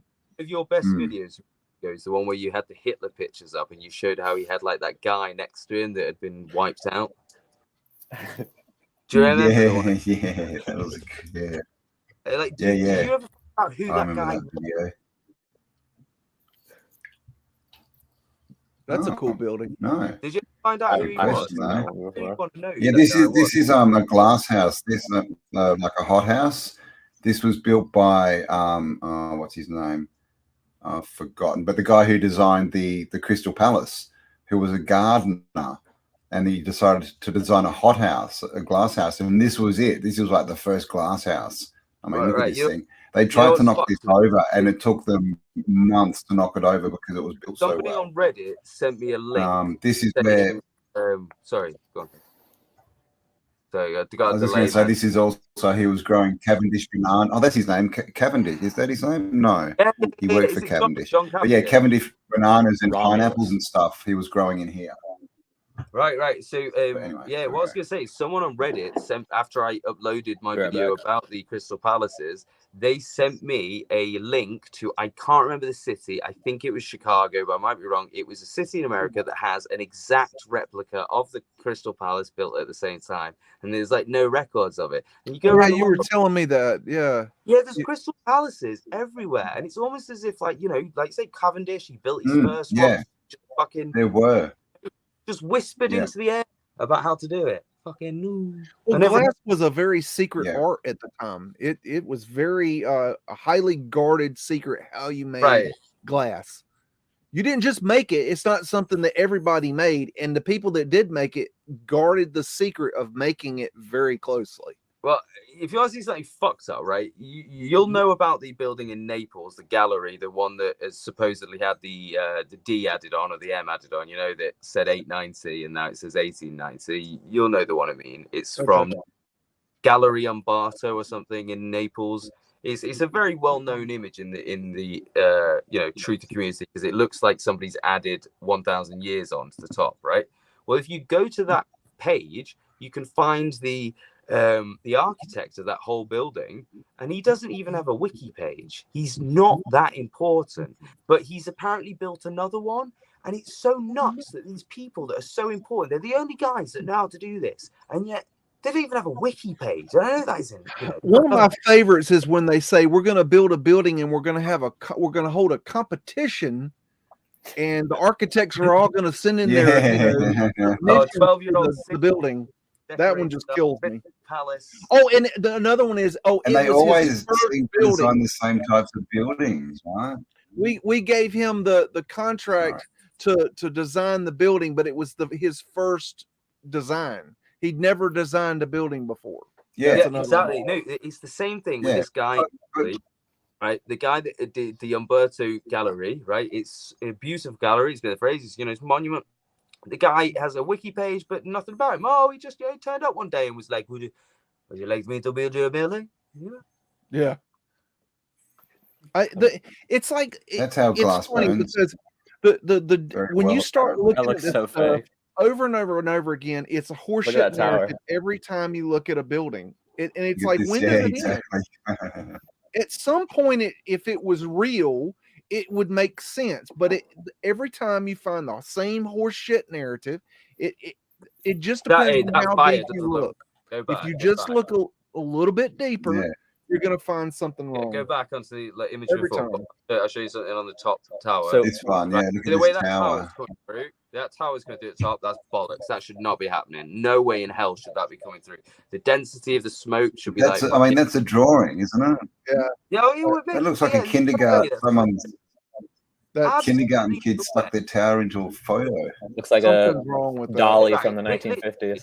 I'm someone that's quite good at Photoshop, and I do these images, and I notice when somebody's fucked with lighting, and that is look at the fucking clean cut on the building. Like if you go up to the left, it looks like someone's genuine clean cut there in the middle. Higher. Yeah, exactly. You can almost see this line here and how. Look at that! Look at that guy. Is out the front, and then just really like on straight lines. So that's a good place to look. Look at the top bit. Look at the way how straight that is at the top, right at the top with the big bit. That phone pole in the middle is very sus. That bit there. Look how straight those are. It's like it's been cut in. Look, it's over. In fact, the clouds are in the building. Look, the clouds are actually going into the building. If you scroll up now, you'll see the clouds going into that building. Look. Up here, sort of. The best way to research this image would be to reverse Google image search this image and see if you could find a very high resolution of this image or the original glass plate negative, and then you would really start seeing something. Let's see, because that's looking like an aerodynamic penguin right there to me. You catch my drift. Aerodynamic penguin. I mean, it's. But that's just, we just don't know, do we? We just don't know what's real and what's not, and Well, Beagle, when you 350 of you watching, thank you all for being here. 250 ancient. Shout out to the chat. When you do construction, does it require a permit every single time you're like doing a survey of any area that you work on? It depends. Depends on what you're doing. Cam, shout me out. Because over time, I do more personal handyman kind of stuff. But I do large projects for, like right now I'm working on some very large stuff for a private citizen, so it just depends on what you're doing. Have you heard of the Invention Secrecy Act before? Say it again. The Invention Secrecy Act. Invention Secrecy Act. I don't think so. It's something in the United States, which basically would be a good place to start looking into when it comes to this free energy thing, because the Invention Secrecy Act pretty much says that if you invent something, it's secret. Exactly. No. So say for example, you were to create a car today that ran off of water. If you either have to get a patent for that, or someone is going to steal your idea and get a patent for that. Okay. Right. When you get that a patent, the Invention Secrecy Act says that they can classify your invention as top secret because it's a national security risk. Oh, I have heard that before. Yeah, I didn't know that's what's called. That's why people go on YouTube like, "Oh my god, I've just found out how to turn my car into an engine that turns." But that's not where it starts. Though they have other laws they come up with, like the laws in the 90s where you can't look into the mounds anymore in America. So I guess what I'm trying to say with all of this is, if each person in their different area would go around and start locating these laws and when they came into effect, we might be able to start figuring out when this exactly started happening. I mean, I don't want to sound like a super nutcase conspiracy theorist, but I mean, probably too late. This is why they even draw us into cities, okay? They make life so shit outside of cities that you come into the city where everything's controlled, and then outside of the city, they can go do what they want. If they find a nice mound, build on that. Well, it's like I think it might be a felony to do the mounds in America. I'm not sure. Let me look into that real quick. Well, in Wales, for example, right? Are we talking about the Indian mounds? Yeah, the Indian mounds. Right. I'll tell you. In Wales, there are star mounds, a map of the stars, right? So just bear in mind how amazing this is. That at some point in history, over Wales, they built giant hills to correspond to the stars perfectly. And there's a map across Wales of every fucking star, pretty much, so you can see in the sky, and it matches up. So, for example, under the lion, which is obviously like the Lion of Judah, they think that the Ark of the Covenant is buried under Unisabul, right? But the point is whether the Ark's there or not, the mounds are there, and they correspond to actual stars. They are perfectly fit. Now, England has gone around building over these. We got car parks built on them. We got roundabouts, houses, etc. They don't care. God, yeah. Every time people talk about the damn Ark, I start thinking about the Temple Mount research.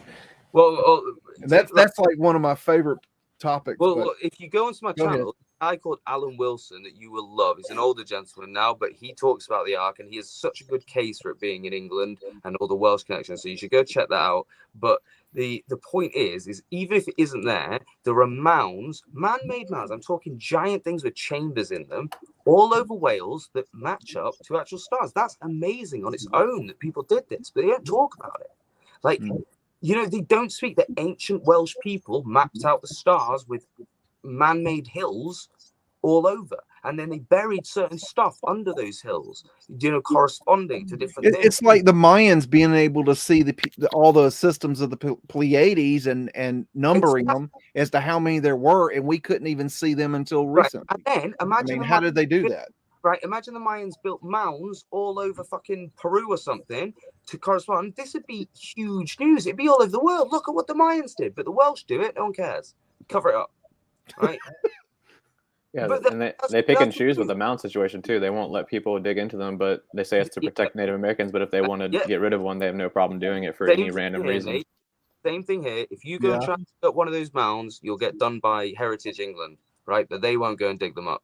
Okay. I don't know where I heard it, but I like the idea that the mounds are actually covering up the dead giants. Well, possibly. Kind of neat to me. Britain itself, the name idea comes from a mythology of a giant who died and his body became the island itself. And that was the original Albine.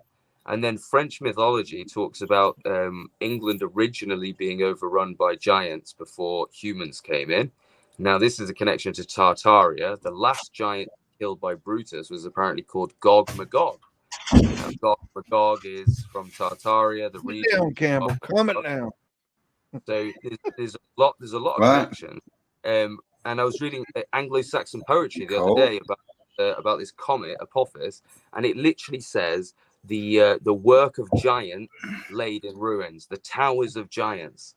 Well, I think giants were all over the place. I don't really think that there's much debate whether there even existed at all anymore. In Britain and Malta, and this is one of the reasons is because the Jews are told that the promised land was for them, and the point being that once the angels left, the promised land was for them.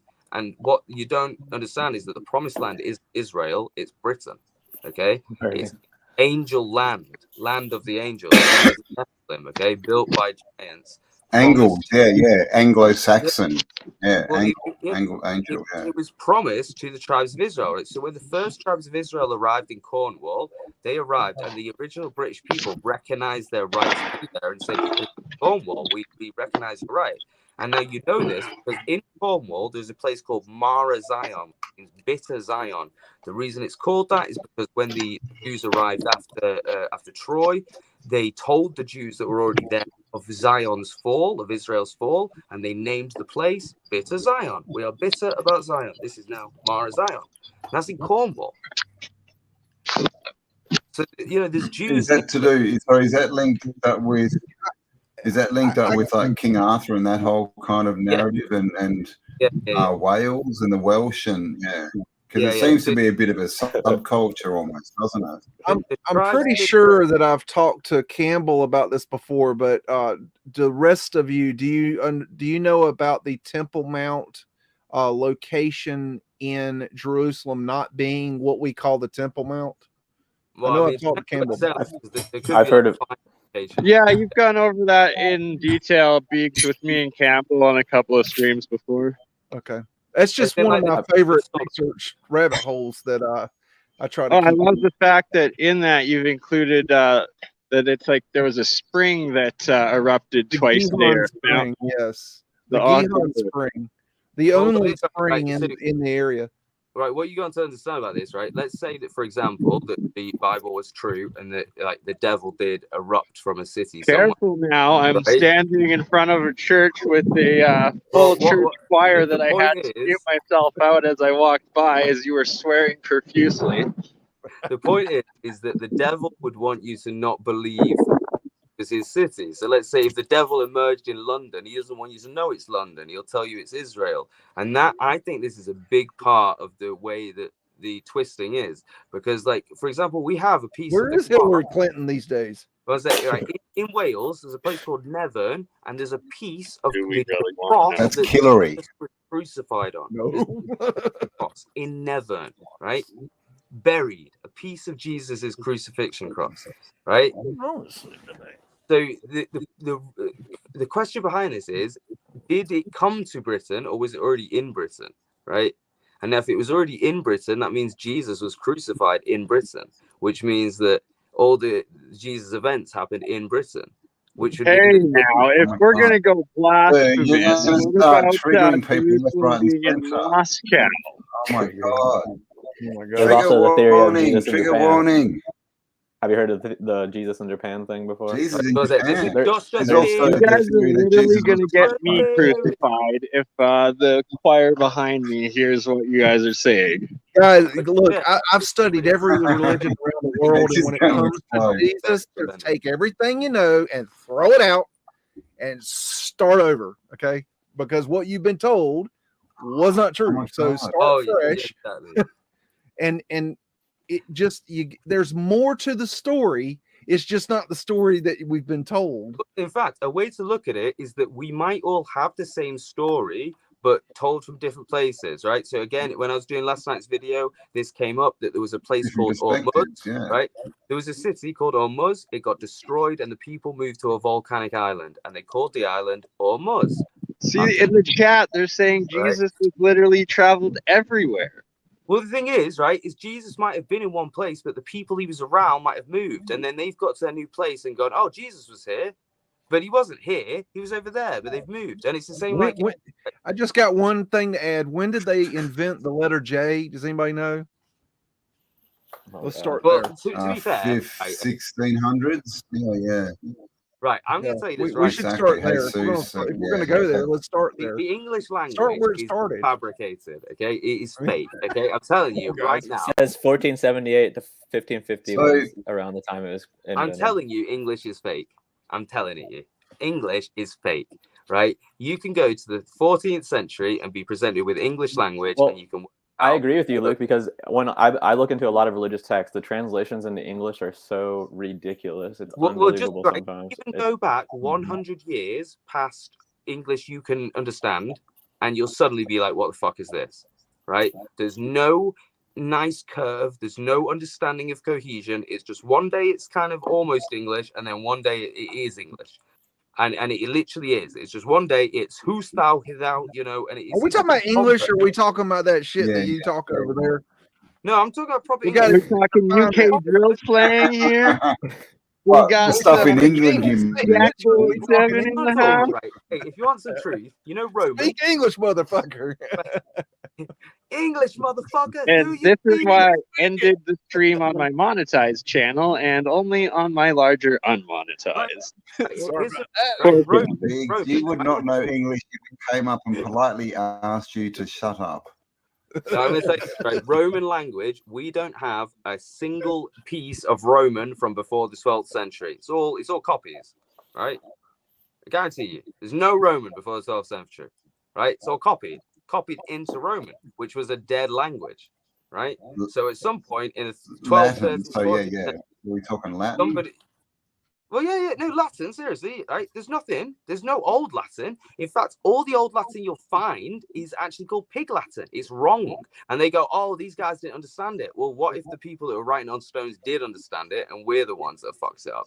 Like, this is the point that Latin... Now, why do they... Go on.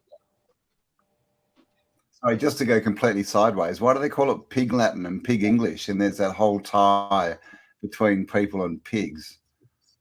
Well, I mean, that sideways well, thought. to be fair, I thought it was cops. Humans and pigs share the same skin, so That's racist. I'm not kidding. You could, if you were to switch organs with an animal, your pig's your best. I'm building a hog pen right now. They can literally. Sorry. They can put pig hearts and organs and stuff in humans. Yeah, skin grafts, everything. It works pretty well, but when you laugh, you start going. I mean, maybe that's why the Muslims say to not eat pig. And the Jewish and Orthodox Christians. Yeah. Well, are they saying it's not, or are they saying it's not? It's like that joke, right? Oh, is my nose bleeding? No, it's not. Ooh. But where are you at, Bernie? He's moving about. That's what he's doing. Bernie's giving us a live tour of God's realm. Lurking somewhere. He's enlightening us. We should all be inspired. Although one thing I will tell you guys, right, is that we are lied to about Europe's history. So this is the best thing, right? Goes to the 8th century in Britain. There's a guy called King Offa, who was king of a place called Mercia, which pretty much takes up most of North England. And if you find his coins, you can find written in Arabic on them, Allah is the only God. Now, normal history will tell you that he had that written on his coins to make it easier to trade with Spain. You imagine that, hey guys, don't worry about this, just in case you want to trade with Spain, you know, fucking Allah written on it, right? And then you go to the 14th we'll just announce our God for trade. Yeah. Exactly, right? You'll find more from the 13th to 14th century medieval British coins with Allah on it, but the most important is that 8th century, because that means that in the 8th century there was at least somebody in Britain that thought Allah was the only God.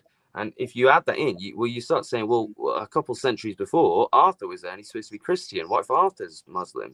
What if Magnus Maximus was Muslim? Oh, well, that puts a twist on the Roman Empire. That's where the whole thing comes in. Then the question becomes, is it Muslim, or is it, you know, because, you know, we've got this whole, was there really just one, you know, not the right word, but religion, like one sort of thought, and yeah. Yeah, we should clarify that in certain old books. I don't think they needed religion. I don't think God needs religion. We don't need religion to have God, to be with God, to well, it's to God. I think religion, religion right? is something to turn that the controller came up with to control. Well, religion is an accident. Okay? God turned up. Hey guys, don't worry. I'm going to be coming back in a few years. Just everybody chill. It's fine. We're triggering people. Like, why are you killing each other? And they were like, no, because we love you. And he was like, no, just chill, just don't do anything. And he comes back, and they've all got fucking armies. Because the first commandment is "Thou shalt not kill," so let's kill in God's name. Well, exactly. Well, that's where Stuff Beagle's what Stuff Beagle said applies to that, because he's saying that it was created by the controllers, which makes sense because if you look at at least the mainstream monotheistic religions, especially if you're thinking of Eastern Orthodox Christianity, they literally wear like hijabs to this day, just like Muslims do. Oh well, yeah, The connections between the religions are so strong. There are minor differences, yes, but overall the stories are the exact same. The exact same characters, the exact same prophets. Everything is the same. So they just it seems like at some point they may have just divided it up to see what worked best in each area or something. If there are people who control everything. Well, they also wanted to create division. Now, let me just state something. If the theory is correct that the city of David is the actual location of the temple of Solomon, then that means that the Dome of the Rock is not the temple location, which means that all this land that they're fighting over today, there is no reason to fight, and these religions can stop fighting, and we can become, peaceful instead of fighting over a damn piece of land that ain't what they think it is. They don't want us to be peaceful. Right, you've answered it for yourself. So who are the actual, I don't want to go too deep into this for monetization, but the actual Jews that are in Israel are Kazakh Jews, pretty much. They're the 13th tribe, right? Well, there's two sides. There's two sides. There's people that protest against what they're doing, so don't discredit those people that are Jewish. No, the Zionists, because those are both separate. They're similar, but they're separate. If you go by official history, the Kazakhs were given the choice of joining Christianity, Muslim, or Judea, and they chose Judea. They even changed all the names to literally sound like Obadiah stuff, right? And then the next thing they know, there's the World War II, and then they move to Israel and say we're the real Jews. So the thing is, you've got to understand is that exactly. So they're false. It's a false. Right. So, let's call them the Don. And of don't course, say that. Don't say the J word anymore. Just call them Don. Yeah. Let's just imagine that the real place is either in Britain or America or Serbia or it's somewhere else. Point is we're not looking at it. The war's happening over there. Okay, guys. We got the Western Wall on what we call the Temple Mount, correct? Will we all agree? I think it's part of a bigger city structure. Wailing Wall is I did the whole thing. But yes. Slow your rolls. Okay, we got the Western Wall. What is the Western Wall supposed to be? Slow your rolls. Part of the temple, right? Wall on the west. It's supposed to be a part of the temple. That's why the Jews go up and bang their head on it, okay? Now, the original temple. If you read in the Bible, they tore down the temple, every stone down to the foundation. So what the fuck is the Western Wall? It can't be. Right. We know that Israel's rebuilt, but what I'm trying to say is that if you were the devil, isn't the best trick to trick the people to not even pray at the right place? I'll do you one better. Who says there's a devil? Well, no, but I'm just saying, just imagine, hypothetically, evil people, right? Let's say evil people. Doesn't have to be the devil, just dickheads, right? Haven't you seen the pictures? Right? Hey, I'll give you how simple it is, right? Imagine you've got a picture on the wall of Jesus and a picture on the wall of Satan, right? As soon as Jesus leaves the room, Satan swaps the name tags. That's how simple it is, okay? He just swaps the name tags. So when the guy with horns walks in, devil. AKA Luciferianism. Well, no, but the thing is, we're being tricked. So here's another thing. The devil is horned. They tore down the temple and they kicked the Jews out for 1,000 years, okay? They didn't come back, right? And so the first people that come back, guess was who? The Christians, okay? And they take their happy ass up in there and they say this is the Temple Mount because they see this big structure, which by the way is what's called Fort Antonia. It's not the little corner of what we call the Temple Mount. The whole fucking thing is Fort Antonia. Because I'm telling you, it's fake. Okay, and the Temple Mount was actually below it, below the Ophel. And you go down, and it's right near the Gihon Springs. That is the original location of the Temple Mount that was torn down to the very foundations. Well, if you listen to David Owen Jr., he'll say that the star forts were part of Solomon's water system because he apparently built this huge lake system. That sort of stuff. That's fascinating that you say that. Sorry, Luke, I have to cut you off because there's a Solomon temple in the Grand Canyon Pyramid Complex. And that I believe that entire area was dammed up in a giant water going city. This is the point, though. Like we imagine, like say, that we're the most advanced. So what if there was a genuine world government with a King Solomon who said, "I'm going to build all this and do all this"? You know, you've got to explore different ideas, and this is the point about moving stuff, right? So by creating a world where this happened all in here, go fight over that. You're not fighting. You're nowhere near the real artifacts. Think about it. Imagine if the Ark is in Wales and you're fucking fighting over Israel, right?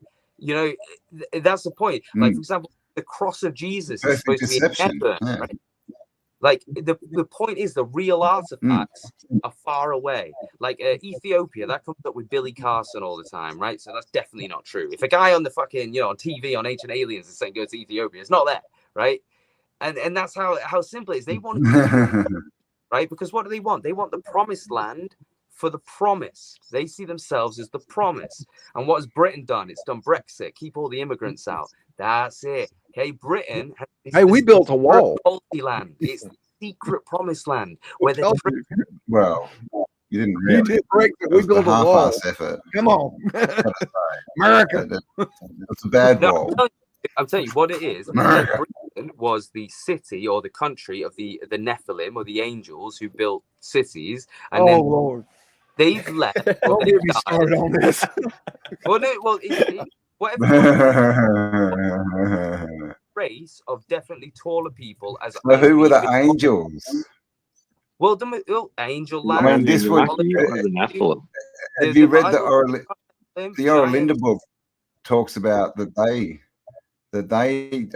founded and inhabited the UK, and that it was the top end was used as like copper mines and that, but they came down from a sunken island up in the north and came down. So I mean, is that the angels, these big, tall, white people? But you know, I mean, that's how they're described, right? Like, who are these people? I'll show you this, right? So you've heard about Tartarians. Or do they come from space? I've heard about Tartaria. You've heard about Tartarian giants, right? I have. Yeah, and you've heard of Gog Magog in the Bible. Yeah, right. So in Britain, the last giant killed by Brutus was called Gog Magog, right? And the Cambridgeshire, Cambridgeshire Hills called. Well, he might have been called Bill. I'm just saying. But what I'm saying is they're we're both told it. Right. We're told. Tartar is supposed to be from the tribes of Israel. England and Wales supposed to be from the tribes of Israel. The same people, right? So they got the same stories. So the same stories have just moved out to different places. The same stories. Gog Magog. Brutus was supposedly killed the last giant when he came to Britain. Welsh folklore say Britain was inhabited by giants. You go to Anglo-Saxon poetry after the comet, it says the work of giants was destroyed, and all the people that could have fixed it were dead, and they were giants, right? And Albion, when it used to be called Albion, that's what they change all the names around too. That's the other thing they do, right? Well, yeah. So in folklore, Albion was a giant, like a titan whose body was used as Britain. And then there's the real Albion, which is Albine, who was a Syrian lord, king from Assyria in 1600. And then you got albino, the white people. Well, in fact, yeah, albino white people. Think about this, right? Caucasian literally means from the region of Caucasus. Okay, Caucasians, the Circassians, the Tartarians. The Caucasus Mountains. Yeah, Caucasians. We're all from a tiny place, tiny place. Caucasians. I think have told some of y'all about my Lake Connibus theory, where they blew it up and they took out. They made the Grand Canyon or blew out the Grand Canyon. I think. Have I told you? It's hard to remember who I told what, but basically Lake Connibus, the heart-shaped Lake Connibus that we see on maps, I believe was in the area the one that east of Utah. On the west coast, City, sort of. And that they blew that out. There was a kind of inland from the west. Static in the attic did a bit of work on it. What? This person in the comment, Kakashian, are Dagestan. In Dagestan, there's actually a canyon similar to the Grand Canyon, and there's also a random sand dune that's like in the middle of nowhere. Really? Most sand dunes are connected to the sea and have all this wind and stuff that causes them. But here, I gotta check that out. Let me share screen for a second, Cam. Well, wait a minute. Yeah, man. Let me get it pulled up, and then I'll post the Dagestan Canyon in the chat. Oh, come on. I was all ready, man. Now what am I going to do? Give me all Okay, work. hold Don't on, hold on. You could share my my screen real quick if he's not ready. Is I'll do yours that. isn't there either? I've only got 5 It's down coming there. right as soon as I can find it in this list.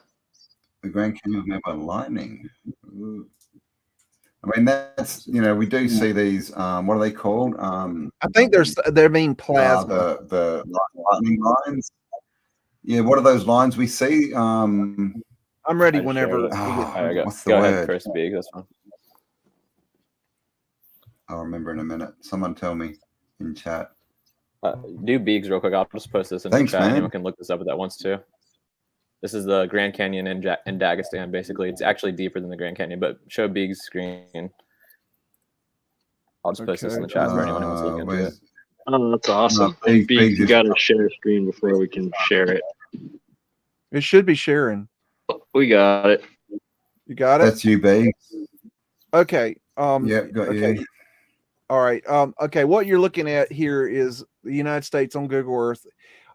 My theory is that Lake Connobus is right here, the heart shape, and that when they blew it out, there was a city. If you look on old maps, there's a city in the center of Lake Connobus, and I believe that they blew it out in 3 places, or the explosion went 3 different ways. One way it went to the north, west, and it created what we know as Salt Lake City, Salt Lake. And then the other 2, one is to the east, down at the bottom here, you see a blowout right here. And then the one that goes to the west, and that created it went through the Colorado River and blew out the Grand Canyon. And this was if you can imagine that this is a whole sea, this whole thing right here was get rid of that. Had to be, if it's salt water, it would have had to been connected to like the oceans at one point, right? It's like trapped I water. don't know if it was salt water or if there was some sort of radiation or something that caused, kind of like over here, the same thing I believe happened over here in Sodom and Gomorrah. And created go northeast Siberia, you'll see some weird shit right here. I believe that the same deal with Sodom and Gomorrah, where it created the Dead Sea, is the same thing that happened in Salt Lake. Okay, now go west to the tip of north, and now northeast. Go west. Right. Life is peaceful there. Further north. Tip of Siberia. Right, yeah, zoom in on there. Right. Zoom in on the land on the left now. On the left, Siberia, yeah? Zoom in on that. Look at some of the land going around at the top north area. All right, get right in close and see some of the actual groundwork around that. It's really freaky. Well, this is where I believe they basically bombed them out. That's what people think. Area. Yeah. Zoom in on this stuff, you'll see what it's like. Yeah, like that just looks like total annihilation. Like I just posted a map. I posted a map in the chat for everyone. If you want to compare this to what it looked like in the past, I just posted a map. There's these. Another thing to think for people, by the way, is if it isn't bombing, look at the water. All it would take is a slight raise in water levels, and that whole thing would be underwater, basically. So now we have the same phenomena in America also as well. Yeah. So I was just saying, it's another way to look at it. They call them bays in America. Right. They call them bays because of the trees that are around them. But they call them the Carolina Bays. And basically, they're these marks like these. These are White Lake is definitely the story go now. White Lake, they say, was a meteor, but it was probably the same thing. But these are different. I took my hoodie off for free, by the way, so donation. That's not the gist of it. What? We got Joe Rogan's DMTL saying this stream is an event for sure. The hoodie came off for free, so my shirt will come off for £25 donated to my Buy Me a Coffee. Please sub this fool. So there you go. Hold yourself back, girls. By the end of the night, everybody sub me. We don't want any riots starting. Yeah, if you want to check. We're trying to get his sub count to go above 10,000 to impress his mama. Yeah. Cambell, can you share my Of course, and guys, by the way, I've been trying to hit 75K for like, I don't know, 2 months, because of course I get 2 to 3,000 subs every month, and it takes me 2 months to go up like 500 subs. I'm literally at, what am I at? I'm at 74,900 and something. Yeah, So, you're 100 away from subscribe to me if you're 75. not. Fresh. Oh, you're right there. Yet a month ago, you I'll reached even undo 75,000. I thought, Campbell, I wish I had Campbell, screenshotted you it gotta and they show knocked some you back skin, down bro. the same You gotta day. do it. I'm willing. That's how I got I'm willing Shim's to numbers show up. a I bit of showed some skin. skin. If that's going to help me, let me know. That's right. Little Campbell help. is willing And then, to right? show the skin, and you Gotta show can some skin, see it son. all over if you want at. If you want the code for the if you want me to, let me know, and I'll put the code There we for go. the special OnlyFans video. Campbell There you showing go. the If skin. you want to see more skin than that, it will cost you Oh my God. a sub, basically. A That's subscription. right. I'm cheap. I'm cheap. Just Me subscribe. and Cam, I'll get it me and all Cam, off. Just subscribe because to me. I actually research, and then I can just tell it to Cam. And he Let can me feel the fabric of your yeah. fiber. Come on. I could do a striptease, and Luke could be going, and now he's taking off his shirt. As he No, he's got to do that down voice his that he back and does. slides It'll down the appear arm. on He Shemail's is- Tartarian Good Fruit boy. featuring Beeg's Yeah, Crack. removed his Oh my clothes. God. He's I- looking for extra donations David from his Attenborough describes OnlyFans. Campbell. No, dude. You want more of that? You Cam- come to my. Hey Campbell, can you share my screen To- quickly? Here we are at the Ernicam site, and you'll see the specimen I Campbell. tell you what, how many of your Sorry. fans I'll would pay real money to send you and me on a real life road trip? Right? Yeah, I feel like that's let's Oh, ask the them. right How amount many of of you would give us real Yeah. money to Where's do a that real River road Folly trip? at? a 28-year-old Tree British Folly. What were Every you stream gonna I'm call on, it? people talk about going on a Questions- fucking road trip. It's crazy. Australian commence a trip across the Questions world. and comments. What was it? Yeah. Who wants to Mate, do this- it? Yeah, this is I'll even. cool.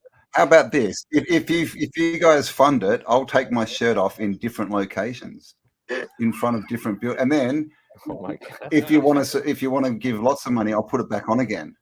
Oh, here's one, right? If someone buys me a ticket to Australia, I will film the annoying Cam live for the entire duration of There my you go. trip. I need a cameraman. What are we looking at here? What am Okay, so this is stuff. Why Deagle do just I showed have a me. feeling an yes. Andrew Tate sort of scandal is going to We were form out of this history. community? Zip it, Skippy. If you want to escape So the Matrix, you here- have to find Tartaria. We were just looking at the area in northern Siberia, and this is what it looked like according to this 1450 map.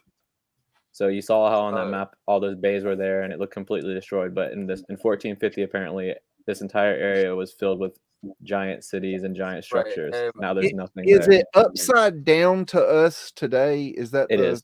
We're looking Okay, south. Yeah. they did that a lot back then. Okay. So right. yeah, for You know- reference, this is Siberia up here. Here's Japan over Look, here. you see that? Look, that's Right, where that right, rock okay. band Sepultura comes from. Did you see it?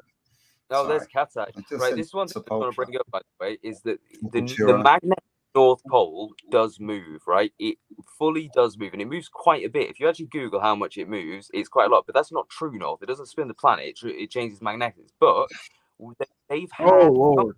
compasses since the 12th century. So imagine that you were using a compass making your map in the 12th century, and it's telling you that north is in Canada, and you make your map, and then a few 100 years later you're making new maps. You're using the old ones thinking they haven't changed. So when like Portuguese people turn up and ask for maps, you give them your maps, so they think, oh, okay, this is correct. Like you'll see the Caspian Sea is displayed east to west instead of north to south. What if that's because the north was in Canada and their compasses were telling them that north was that way? So they've drawn. Well, it's them. very possible that we've Well, had didn't- pole shift, things like that. Listen, I'm talking. Yeah, Crypto but argument. I'm Sorry, not a guys, fan. to interrupt. I gotta this go. map we're looking at. If you're still in a little bit, I'll rejoin. All right, sweet, Okay. See you bro. later, Bernie. I'm not talking All about right, fast. Bernie. I'm Well, talking about a say hi to God for me. I'm talking about a slow-moving pole shift, as in you I'll don't put, know. I'll put in a prayer for you all. Over 400 years, the poles have moved Oh, from Canada thanks. to the Arctic, and the people making the maps don't Shout out have God. a, We love God. right, so they won't know, and they'll make their maps. And you won't realize when you're getting their maps that you're getting information based on a pole in a different place. What, I mean, I and think this map is also upside down, isn't it? This is the one that's drawn upside down, like as far as most maps, like north is. Well, yeah. it's upside down. There is the horror story, which is basically admit that water levels were different based on old, which is a horror story because it just raises so many fucking questions. But it's a very big possibility because you won't like this, but the way that globe Earth works includes a bulge at the equator. So if you did twist a planet, it would mean that like certain what the hell? Well, I thought it was an oblate spheroid. Now it's an oblate spheroid with a bulge at the middle. What is that? We just agree on certain things. Don't hate me. I'm just saying it'd be easy to explain because, like, because on a flat Earth you have to raise like all water levels kind of all at the same time. But on a globe you can just spin the planet a bit, and that means that you're killing me, Junior. You're killing me. Oh, just right. Look, hey, just for the record, I'm fine with it being flat. I don't. Let the man speak. Right, he's a globalist. Illuminati confirmed. Right. This is what they want. They want us to argue over the shape. They don't want you to fucking focus on the truth. I didn't know it was an argument. I didn't know. I thought we'd already settled this. No, well, no. When people sigh, I've got to defend myself. I know that people have different opinions. I disagree on certain things, but we're all on the same side. That's all I mean. Luke, when was King Offa in England? It was 9th century, 800. Okay. And it sounds a lot like King Arthur, doesn't it? King Arthur. Guys, I am it's just like a British way of saying King Arthur. It's King Arthur, mate. Yeah, when he first said it, that's what I thought I was saying was King Arthur. But I looked into it and I found it was Offa. All your viewers that I'm biased because if the Earth turned out to be flat, I'd have to like throw out so much research. Just like fuck it, right? So I'm biased, dude. I've got Man, I had people come to my house and tell me I had to research it, like literally, because I refused to. I had people come to my house and say, you have to research flat Earth. And I was like, what the fuck?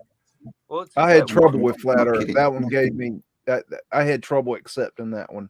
Well, as well, though, you've got to see it from like a point of view of as I know, right? I had to give up my aliens. But then I found them again. As someone that doesn't believe, when you don't, is this map frozen? If somebody does believe in it, you won't listen to them. So, for example, Campbell, if somebody listens to you and they don't believe flat Earth, they'll hear you think flat Earth and they'll be like, "Fuck that," right? And that's a barrier that we need to get over. Yeah, I'm not deciding on how it works, but I do believe it's flat. I definitely feel that that's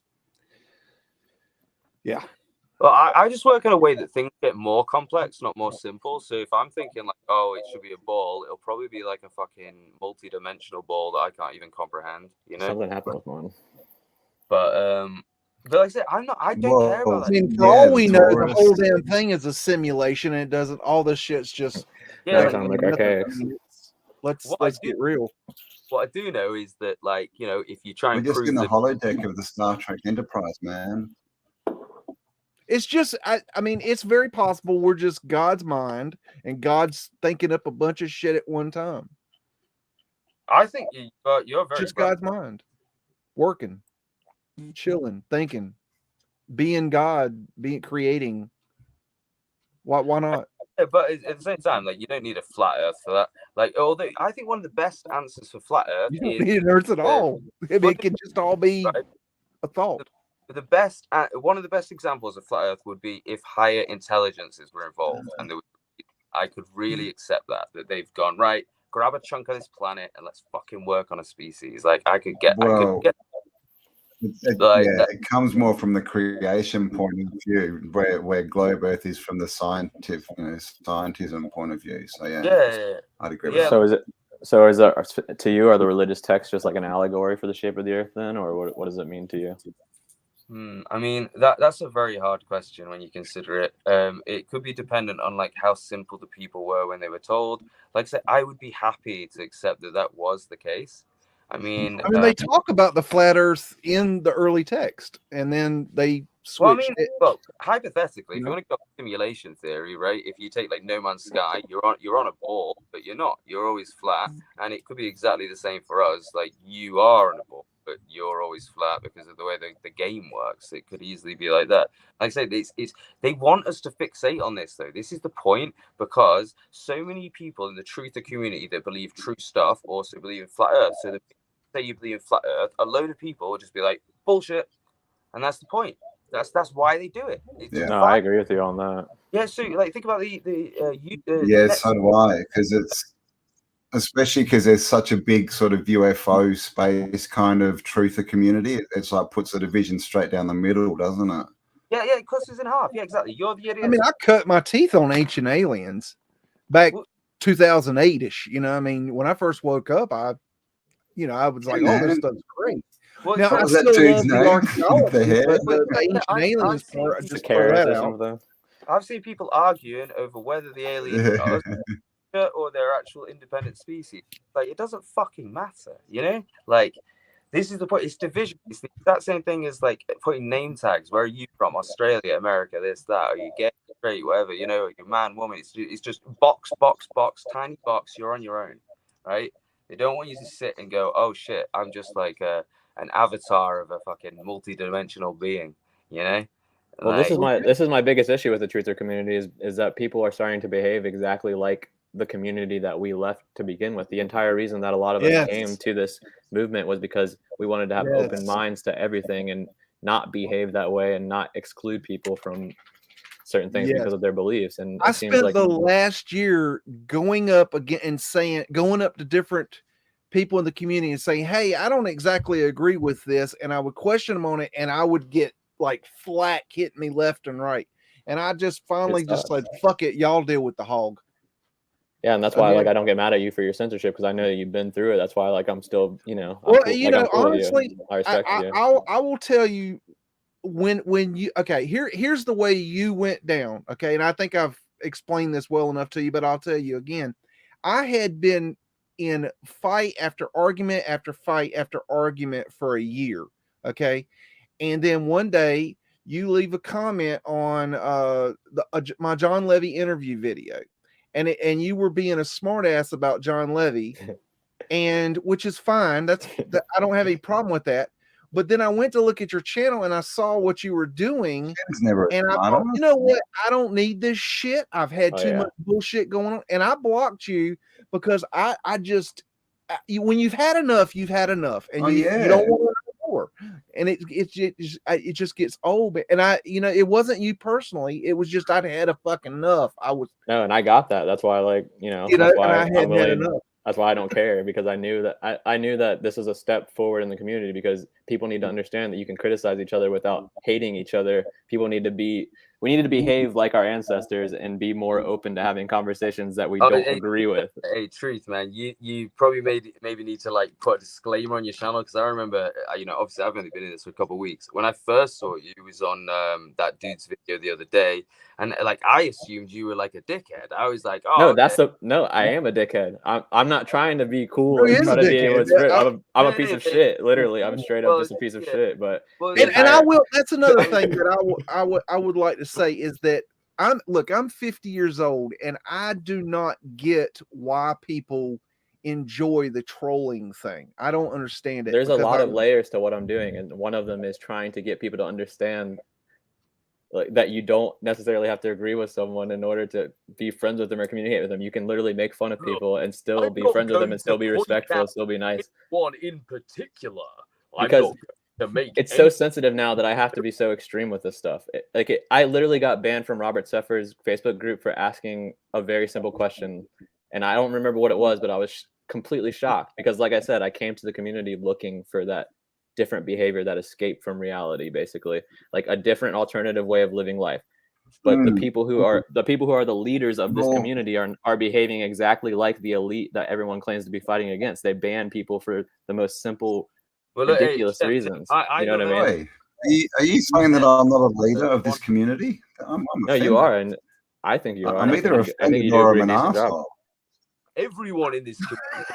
I don't The ban I'm not main- saying. I'm saying like. Except for the one guy who's down. But this is the thing: is like they'll always Well, give you there's they'll multiple always people that give do you a it, hero, for sure. right? If people are looking, like alternative Is history came anyone up through going who Graham I Hancock am? pretty much, and now look at all the different people that they put up for us, and you go to them for alternative viewpoints. But like you say, if you ask a question that's outside of their alternative viewpoint, then now you're a shill.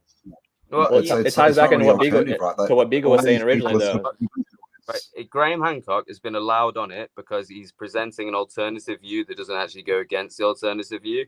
The view is that it was just an ancient civilization, right? All this stuff is still ancient, but it way was back just in the past. Yeah. Yeah, exactly. They don't want to talk about like the possible. Whoa, hold on, Junior. Hold on. Graham Hancock we has have to been hold our doing roles this again? since before we all were in fucking right. roles, okay? No, So right. you Correct. got to give him credit where credit was due. He didn't have the information when he started making his No, material that we have now. So we have to give him the respect that he deserves. Totally, he got some shit wrong, but he also got some shit right. Nothing against Graham. At the same time, you're not appearing on Joe Rogan, are you? You're not presenting vanilla. Have you got style. a watch on your wrist? You know what I mean? Like, what? Have you got an Anunnaki watch, Biggs? Oh, I thought you meant Sorry. me. I was like, Biggs has got an Anunnaki watch tattooed on his wrist.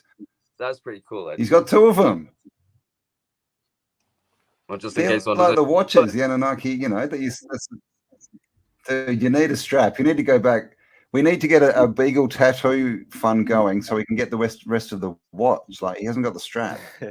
But anyway, Anyway, sorry, what were you saying? Right. So with Graham Hancock, like I love the guy. Don't get me wrong. I love the show on Netflix and stuff and all this stuff. But what I mean by is these theories don't go against science, right? As in, science says we're 220,000 years old as we. But they did when he first came out. You got to understand, we're whippersnappers compared to this dude. That's true. His story goes against science. When he came out, he was revolutionary. His shit was on point. But he got some shit wrong, and he did. We got some shit wrong too, y'all. We ain't perfect. Guys, I think we all need to calm and cleanse. No, hey, we're agreeing on the same point. What you're misunderstanding me. What I'm saying is, his point of view is still mainstream. Get me? Because like, even though he's saying different stuff, it still fits in with the narrative. As in, like, that humans are X amount of years old. We might have had an older civilization, but do you get what I mean? As in, it goes against current history, but it doesn't go against like the narrative. It's just saying, okay, there was an older civilization. Whereas something going against the narrative would be like, antiquity, like energy before we had it. It's a stepping stone. Yes. It's just a piece of the puzzle. Graham's ideas are more meldable to the and then we move on. And we built. Look, I'm standing on Hancock's shoulders. Okay, I'm stomping him down. Okay, and showing where he went wrong. And then somebody's going to come along with me and stomp me down. Hello, Graham. That's how we do it. No, that's the point. Everybody's going to build on everybody else. I agree totally. The question is, though, I've met Graham. I've got a photo with Graham, dude. He was really cool. Not presenting the truth, is he? Are the elites going to let him appear on Netflix and Joe Rogan showing his fucking truth? No. Illuminati confirmed. Sorry. Like, the rogues that got him. Yeah, no, I mean, the thing is, I think that, I think a lot of these people get used as far as they're saying something that can be useful for the controllers and that, and so they're allowed to speak. It's not always a sort of a situation where they're being told what to say and they're really, really part of the system. A lot of the time these people are just saying something that, and it's like, oh well, we'll let him go ahead because he's kind of taking the narrative where we want him to. But these guys were at one point, they were like we are today. We're not very popular today, but neither were they when they first came out. Okay. Yeah, we're not exactly what he says. We're just saying that, in 15 years, we're going to be the dudes. Well, yeah, you and I have talked about that. When you first got into the stuff, though, like, what was the reason for getting into it? Was it because you were looking to be open-minded, or was it because you were thinking about, hey, I'm going to find out exactly how things are, and anyone who disagrees with me, I don't want anything to do with them. Like, wait a minute, So- wait a minute. Get into what? Because I've been in this since 2008. Just And I've any, been just into I guess Okay. the day that you had your awakening or whatever people call it, like when you realized the mainstream was off in some way, shape, or form.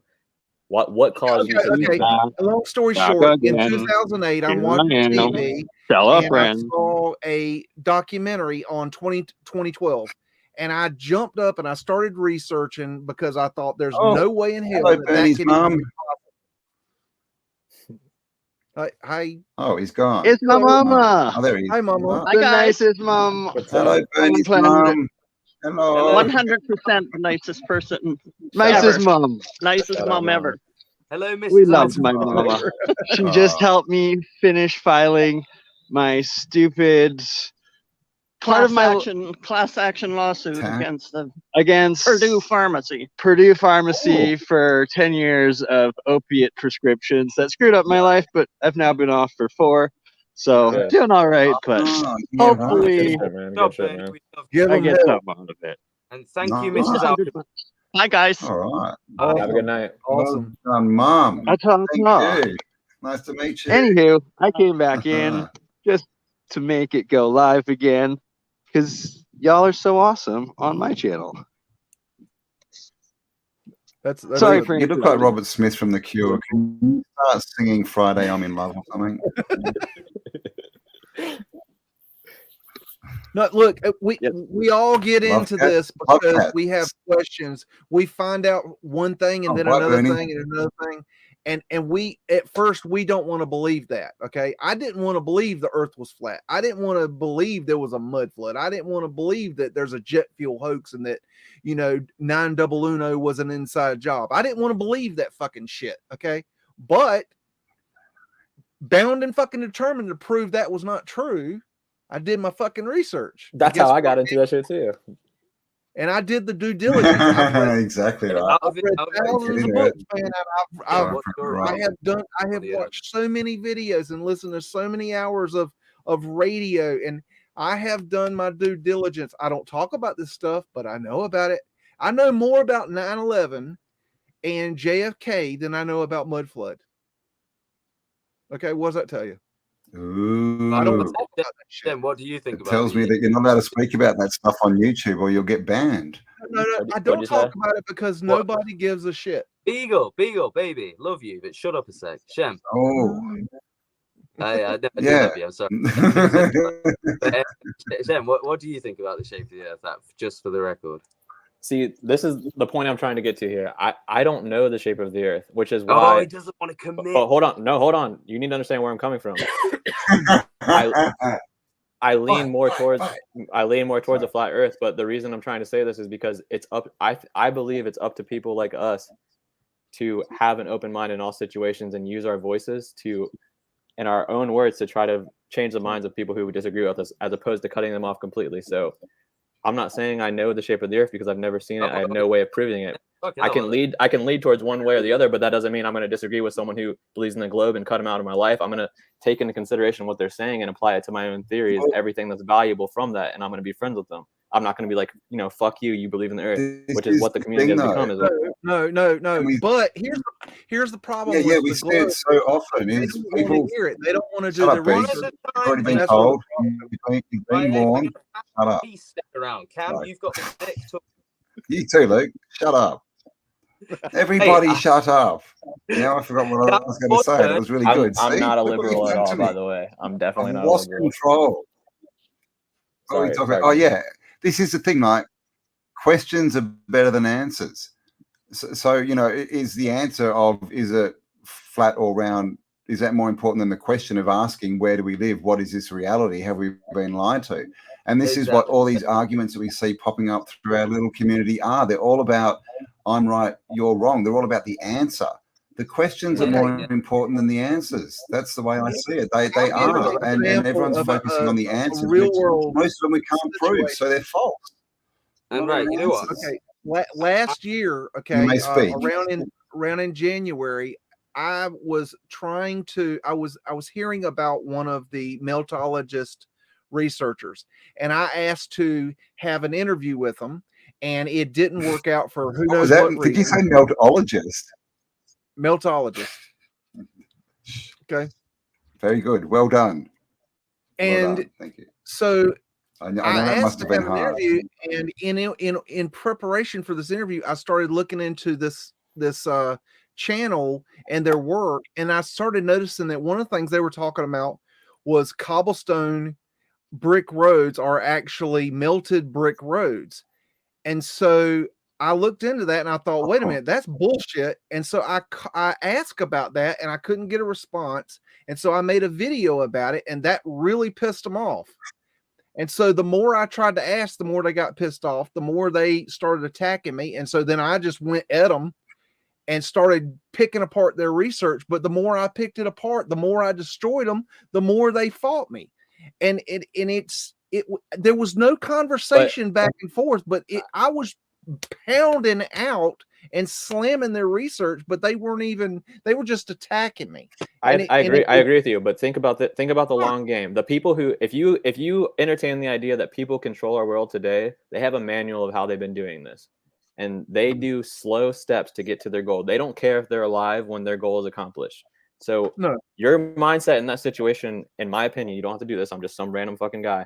But my opinion is your mindset in the situation should be to take the high road.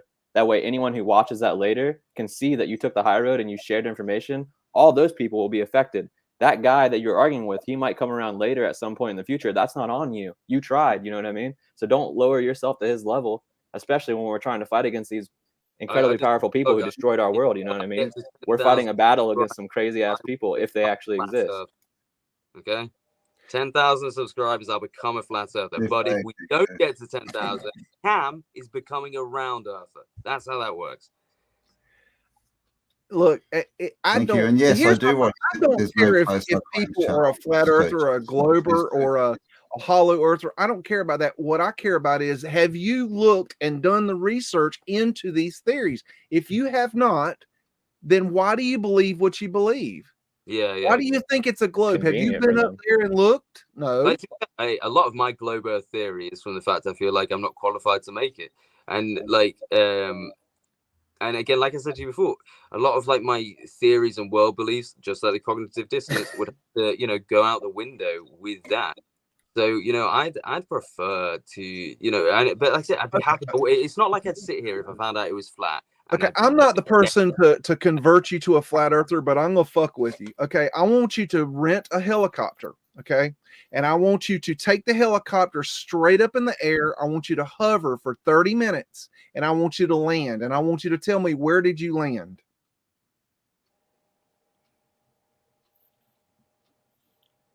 I mean, right. Well, that's hypothetical. Hey, look, I don't. People are unsubscribing from you because you're not a flat earther.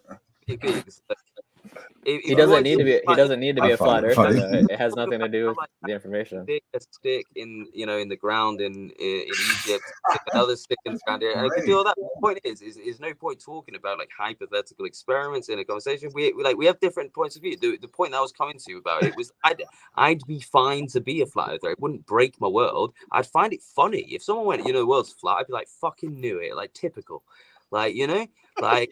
It would be, wouldn't it? It just fucking would be. Out of all the conspiracies, they'd be like, oh, 9/11, no, that wasn't real. Fucking, oh, the Panama Papers, that wasn't real. But Flat Earth, that one was. You'd be like, oh, fuck. And I don't care. I don't care what the shape of the Earth that is. But the point is that, like, this is division. The fact that we're even having to sit here and argue, there'll be people watching thinking that I'm an idiot for believing in not believing in Flat Earth. There'll be people thinking you're an idiot for believing in Flat Eร์. No, it's not an idiot for believing in one or the other. I'm not an idiot because I said the question's more important. I'd sidestep that. Have you asked the question, like Campbell was saying? Have you looked into it and actually done the research? Because if you haven't, why not? Well, but the point I'm trying to make. Well, is it? Well, when you say the research, no, Beagle has a fair point, but at the same time, it's just. Luke is looking into different subjects right now, and I guess what he's sharing with us has nothing to do with the that's the other thing. Matter. That's true too, yeah. And you hear that a lot, don't you? Is like they need to look into Flat Earth. They need to look into Flat Earth, but people are going to look into what they don't actually have to stop what they're interested in because you tell them to look into Flat Earth. That's a thing I hear a lot, which is just no. But there's certain things that we as researchers need to know about and those things we at least should peek under the veil and see what's there. I mean, we know what the things we need to look I into. agree with that too. Yeah. Well, right. So We have a responsibility to the viewers, to the community. People are looking at us for answers. Now, we don't have them, but at least we should have something to give them. We should have at least done our due diligence. When I was like, before I got involved in this, there was a guy, you might have seen him. He's called like Divergent. Have you seen Divergent? He's got like videos. Yeah, right. I remember watching his videos and being like, whoa, this mud flood is amazing. I need to research this. And then he mentioned flat earth and I was like, fuck that. Right. I'm not saying that's how I think now, but that's how you think when you're in the mode. And that's how most people do this, right? They'll be coming in. The same with hollow earth and flat earth years ago. But yeah, exactly. It's like fishing, right? You're reeling it in, you reel too fast and it snaps, right? And if they're coming in and you hear flat earth, you think, oh, I'm not being part of that. I'm out. And they'll throw away everything. They won't listen to a word you have to say, right? And which is fair enough because they've been told for years that, people that believe in this are idiots or believe crazy shit or believe in that. So they've been told to diverge away. The same with, COVID and stuff, right? So we're supposed to keep our mouth shut? Well, not necessarily. No, definitely not. To keep people appeased? Fuck them. No, not necessarily. But what I'm saying is, like, from my point of view, I don't bring up flat earth. I just talk about history, right? It doesn't matter, right? If you guys bring it up, then it comes to serve. It has to. But like, I don't. I just talk about history and what's this Tartari, this that. No. You're just getting started. And Tartari is an easier way in as well to people's minds because it's not like history's not as ingrained as the globe, right? So it's. Beagle, I agree that you should share the information with people and make it available to them. The only thing we disagree on is I think you have more of a aggressive approach to the people who disagree about that issue. Like the way I would put it for you, which doesn't matter once again, but I would say like just try to consider where they're coming from. If you really are truly trying to convince people to come to the side, then try to understand. I stayed off the internet for 10 years, okay, because I wanted that. I used to have an internet business and the internet consumed my life. So when I woke up, I got rid of the internet. I went dark for 10 years. It was fucking wonderful. Now, when I come back, you guys have come up with all these, politically correct rules as to how you act and interact with people on the internet. But see, I'm old school. When we have a problem with something, we speak up. We get in a conversation. We speak our minds. We don't like tiptoe around people. We say, hey, I don't agree with you, and this is why. Tiptoeing, like, right? So when I talk about a different way. I agree with that. Right, the tips of buildings in fucking Astrakhan, right? They could be Antiquitech, they could be just Christian monuments, they could be whatever, right? So I don't sit there and say, this is what it is. I just say, this is what it could be. What do you think? And it's exactly the same with flat. If you want to think the Earth's flat, that's for you. And I've learned for myself to not judge others based on their opinions, because like I said with Divergent, if I'd have turned his videos off, I wouldn't have learned a lot, right? We have different opinions and we all have knowledge information. I've got information that you don't know, and you've got information I don't know, right? Here's the problem, though. I have a problem when I'm sitting there knowing that something you're saying is wrong. I'm not talking about flat earth. I'm talking about there's other topics. Okay, here's an example. One time, Spartan Red, the meltologist, okay, he was saying that a building was a melted building. And I went and did the research, and clear as fuck, it was an art project that was built in Paris. And I showed the was that the one with the bricks walls coming down onto the ground? And he swore up and down I was full of shit. And I mean, come on. But all you can do in that situation is take the high road, though, because that's what divides us from the elites and like the community that we're fighting against, the mainstream narrative that we're fighting against. That's how they behave. They're the ones who cancel other people. They're the ones who censor other people. They're the ones who. If I've got better information than you, how do I get you to see it? How? You do what you can, man. That's all you can do. You know what I'm saying? It just depends on what you believe reality is. Like, you just do what you can do, and then you hope people see it. If you put your energy and your effort into it, that's all you can really do. By that logic, it sucks. That's just reality. It's bullshit. Fucking not believing in it, because the point is that I'm bringing people to the same table, to the same topics that don't believe in it. So the people that hear you say flat earth and be like, fuck that, I'm bringing them in by being like, nah, I don't believe in that, but this is this, right? Like already I've had people messaging saying like, oh, you know, I agree that I don't believe in that either. So I'm glad, because if they heard that I believed in that, That's not the one. you know, and that's fine. The point is, it's okay if you want to believe in one thing, that's You are. cool. That's But it. the That's point is, it. bringing everyone to the table is good, because if someone No. doesn't, they can come to me and get my opinion, which is, oh well, I do think it's round, but I also agree on all these other things about, you know, It's the flooding. one. Sorry, You just showed it. Yeah, Yeah. someone said in the chat, when the student is ready, the teacher appears. Right. Exactly. You can only do what you Right can do there. and put the information it. out there. That's the one. He was saying that as a melted building. It Oh, is yeah, it is a steel frame structure. Yeah. I have shown pictures of the inside of that thing being torn down. Pulled out by the facade. It's not red brick. But all you can do in that situation is point out the flaws in his theory and share it. And then after that, you've done what you can, man. There's nothing more you can do. Obviously, his ego plays a role in it. You know what I'm saying? His ego is preventing him from knowing the truth because he's worried about clickbait or whatever else. I just moved on because with the meltology, I realized that these people were so freaking had their heads so far up their ass that it was just not even worth it. So I just moved on and just, I figured, if you've ever seen the movie Super Troopers and they go in, they say, okay, you deal with the fucking hog, you know, and they walk out. And that's what I did. I was like, you deal with the hog. I mean, I've tried, and you know, it's just not worth the time anymore. You deal with it. Yeah, I mean, you know, but I don't know. It's frustrating. Right, but the way that the enemy works, and this is the same with COVID. I don't want to say because I don't want to get demonetized or whatever, but it's the same the way that it works. It doesn't matter about who's right or wrong. It's about painting an image. So, for example, with Flat Earth, they've worked very hard to make flat earthers look like idiots, right? Sure. With Netflix programs, etc. Right? So there's two ways to look at it. One is they've made made them look like idiots because it's the truth, which again I'm fine to accept if that was the case. Or two is, which is exactly what they do.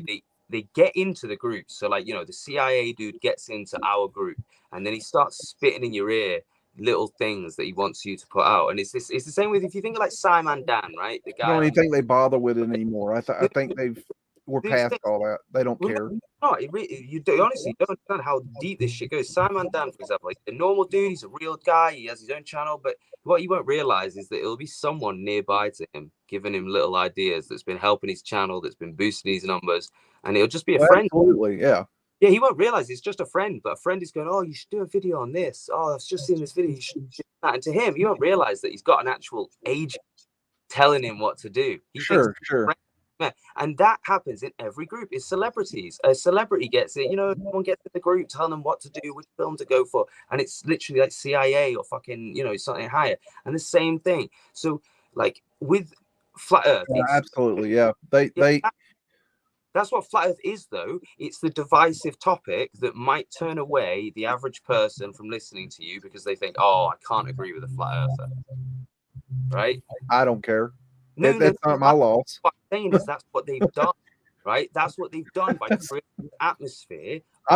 Here's the thing. I'm going to speak my truth, and if you get it, fine. If you don't, fine. I'm not going to pander to and pussyfoot around and not tell you what I believe and what I think, because then I'm just holding back and I'm not sharing everything I know. So if you don't like it, that's okay. Move the fuck on. You're farming. If you do, great. Can I ask you a question? So as you're farming, how do you get your hogs into the pen? Do you go in and just fucking throw them? Or do you guide them, or what? Do you have a system? Do you ease them in? Or no, you gotta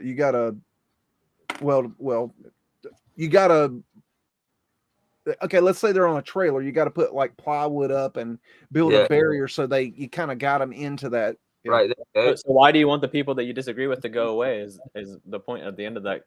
You know. No. I wasn't saying go away. I was saying guiding them to the truth. Exactly. No. He said fuck off if they don't agree with them. You know what I mean? No, fuck off. Oh, right. Sorry. I'm not going to spend my time trying to make someone believe me. Okay, if you don't believe me, fine.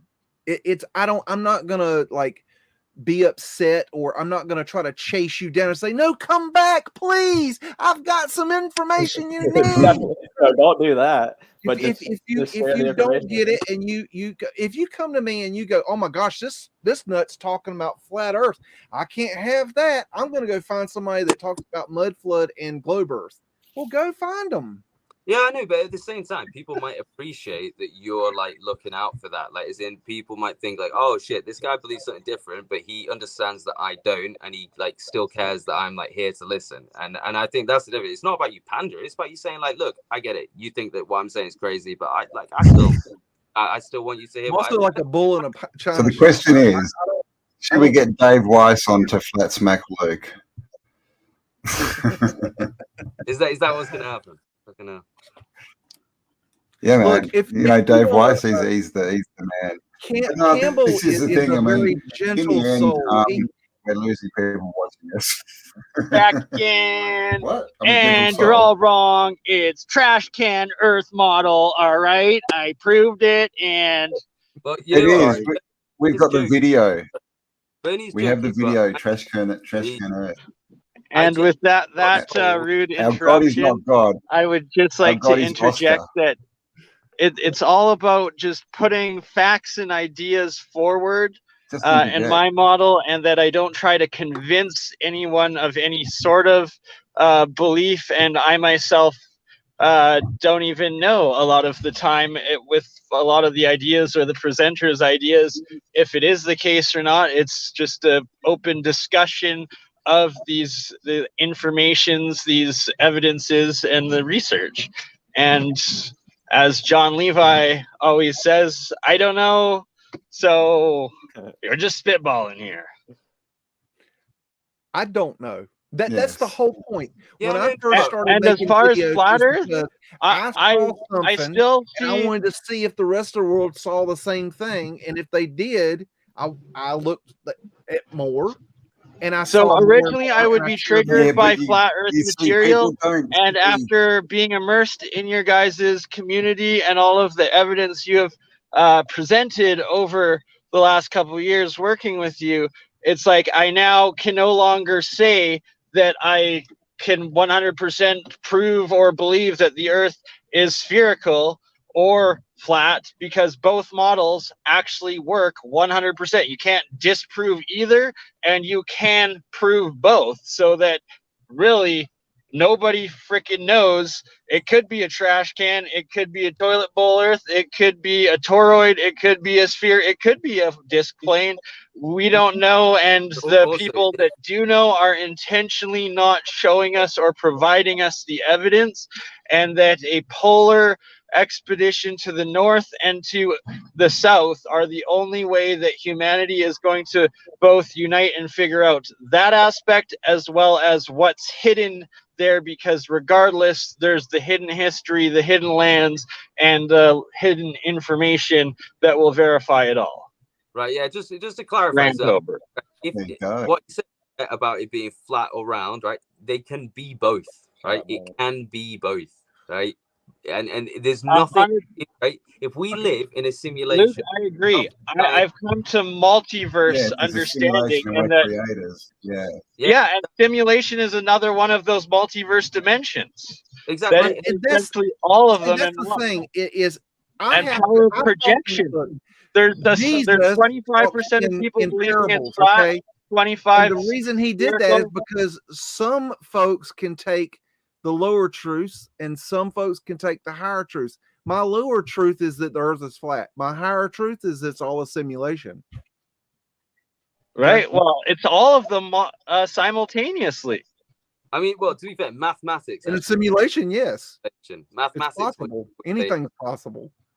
right? Mathematics tells you you're in a simulation, because if in the universe one single person gets the ability to simulate the universe, right, then that means in his simulated universe that one person will simulate a universe, and that becomes exponential, which means there is a infinity to one chance that you're in the original real universe. You're more likely to be in a simulation than the real one. Well, and that there's a chance there are multiple universes, timelines converged into one at this point, that we could actually, you got like Campbell and Biggs, you both could be literally on a disk sphere on the same, living, interacting in the same multi-dimensional matrix as us, and for someone else could be on a toroid, someone else could be on a sphere. Who the F knows? Yeah. But it could be all of them simultaneously.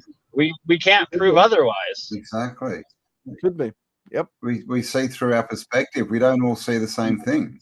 We don't.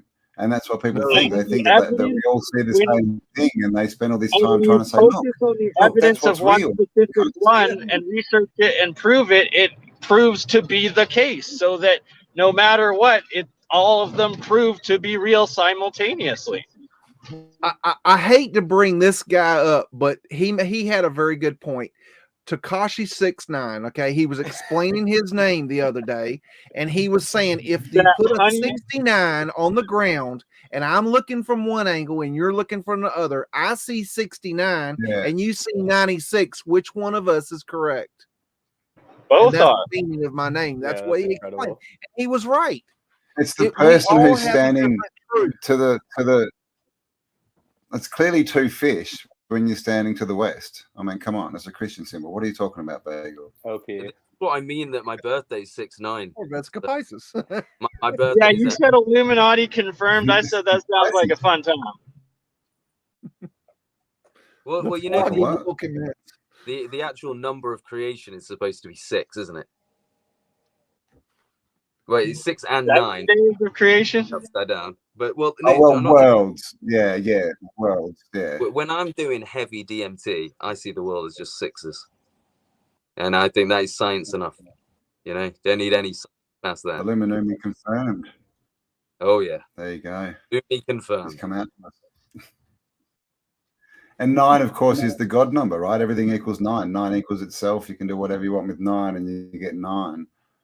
Just don't say 19 to and of David course, Ewing. 666 is 18, which is 9. So, I mean, come on. What are we talking about here? It's all 9s. It's not 19. It's 9. What was it that Tesla said? Was the quote, everything is what? When you understand... When you understand that everything is to the universe and frequency, vibration, and energy, or some shit. Hey, the original. There's a 369 one. I think it's like 369 is the key to the universe or something. Yes, that's more like it. Yeah. Right, what's that? Hey, yo, guys, the original 666 was actually 616, right? Which is the number that the Marvel universe gave to our universe. It's universe 616, right? Which is the Marvel original universe. Really? Yeah, in Marvel. So it's basically an area code. But yeah, so we're just an area code on the Marvel bloody telephone. Yep, and we live in the WhatsApp thing. Big up, Jay. Yes. Hey, Jay Dreamers, how you doing? So we've been going for 3 hours and 15 minutes, and we seem to have gone sideways beyond belief. I'm so glad we looked at that. Straight sideways, all the way into trash can Earth. And one last point on that is you look at Stellium Titan research and all of that, and it seems to be also proving that the tribal or shamanistic views the North American indigenous being on a turtle, elephants on top of a turtle, and that these giant elephants could potentially be it. So who really knows? We could be on a turtle in the sea of the waters above. Hypothetically, if you had a flat dimension and then you introduced multi-dimensions, if you just did that in 360 degrees, you just end up with a multi-dimensional sphere again. Right? And so the one-dimensional plane is a moment of time which does exist. Like that dimension is for each moment from every person's perspective. And that I'm believing in putting together you have the problem because it doesn't contain space, and you have to hit the third dimension, which has to contain space. So where did the space come from? You got it. And then you combine them and you get into a higher one and you start interacting with more and you get into these higher dimensions. But that the key breakdown of these one dimension disk planes, it goes into the portals and the lunar and solar eclipses and equinoxes. And I feel that it might be a way to travel sideways between them, but that's going way too woo-woo to try to go into right now, 3 hours deep, and I'll talk about that another day. Well, guys, I think Campbell he's about tired of us, so Yeah. let's give him a break for today. I agree. And we can Thank we you can very always much for being on my channel, guys. I really Thank appreciate you all it. for being here. Historia and subscribe. Yes, and you'll find the link to Ancient Historia. Link Subscribe to Ancient Historia in the description. Autodidactic 2, Spiral Up, Stuff Beaks 2, Tartarian Truth TV, Burn Eye, and Crypto Alchemist. Don't subscribe. Don't forget your mother as well. She was lovely. And thank you. Yes, And you're yes. Big shout out to Mrs. Bernie. all invited back for Mrs. Alchemist. Tuesday's Valentine's date with Dutch Synths that will be happening. So I'm going to be scheduling that. And Cam Biggs, Luke, I think Shem should be invited into the Alternative History WhatsApp group if you guys agree. No, I don't have WhatsApp. No, so that kind of hair. You don't have to. He'll see all the stuff. If he scrolls back, he's going to find what Biggs was saying a month ago. Dude, it's all good. I don't give a fuck about any of that. We will shave Shem live on camera. No, I'll never show it. Shame shit. Yeah, exactly. So if you want us to do things, if you want to see, a nipple or, a shirtless person, just give us money. We're cheap. Yeah, we will sell it out. I still have the offer. If someone's willing to pay $1 million, I will do what it takes on OnlyCam to create a homunculus experiment into a jar. 100,000 subs. Bernie, like that. That's not how you say it. You've got to say $1 million someone's willing to pay $1 million. Oh my God, Luke's doing it. He's doing it for free. Oh my God, I'm losing control. Everyone wants to be an OnlyCam. Damn. Someone is cheap, Luke. Oh my God, we love you all. Have an amazing day. Have a good night. Description. Thanks, guys. Bye bye. It's time to kick it old school.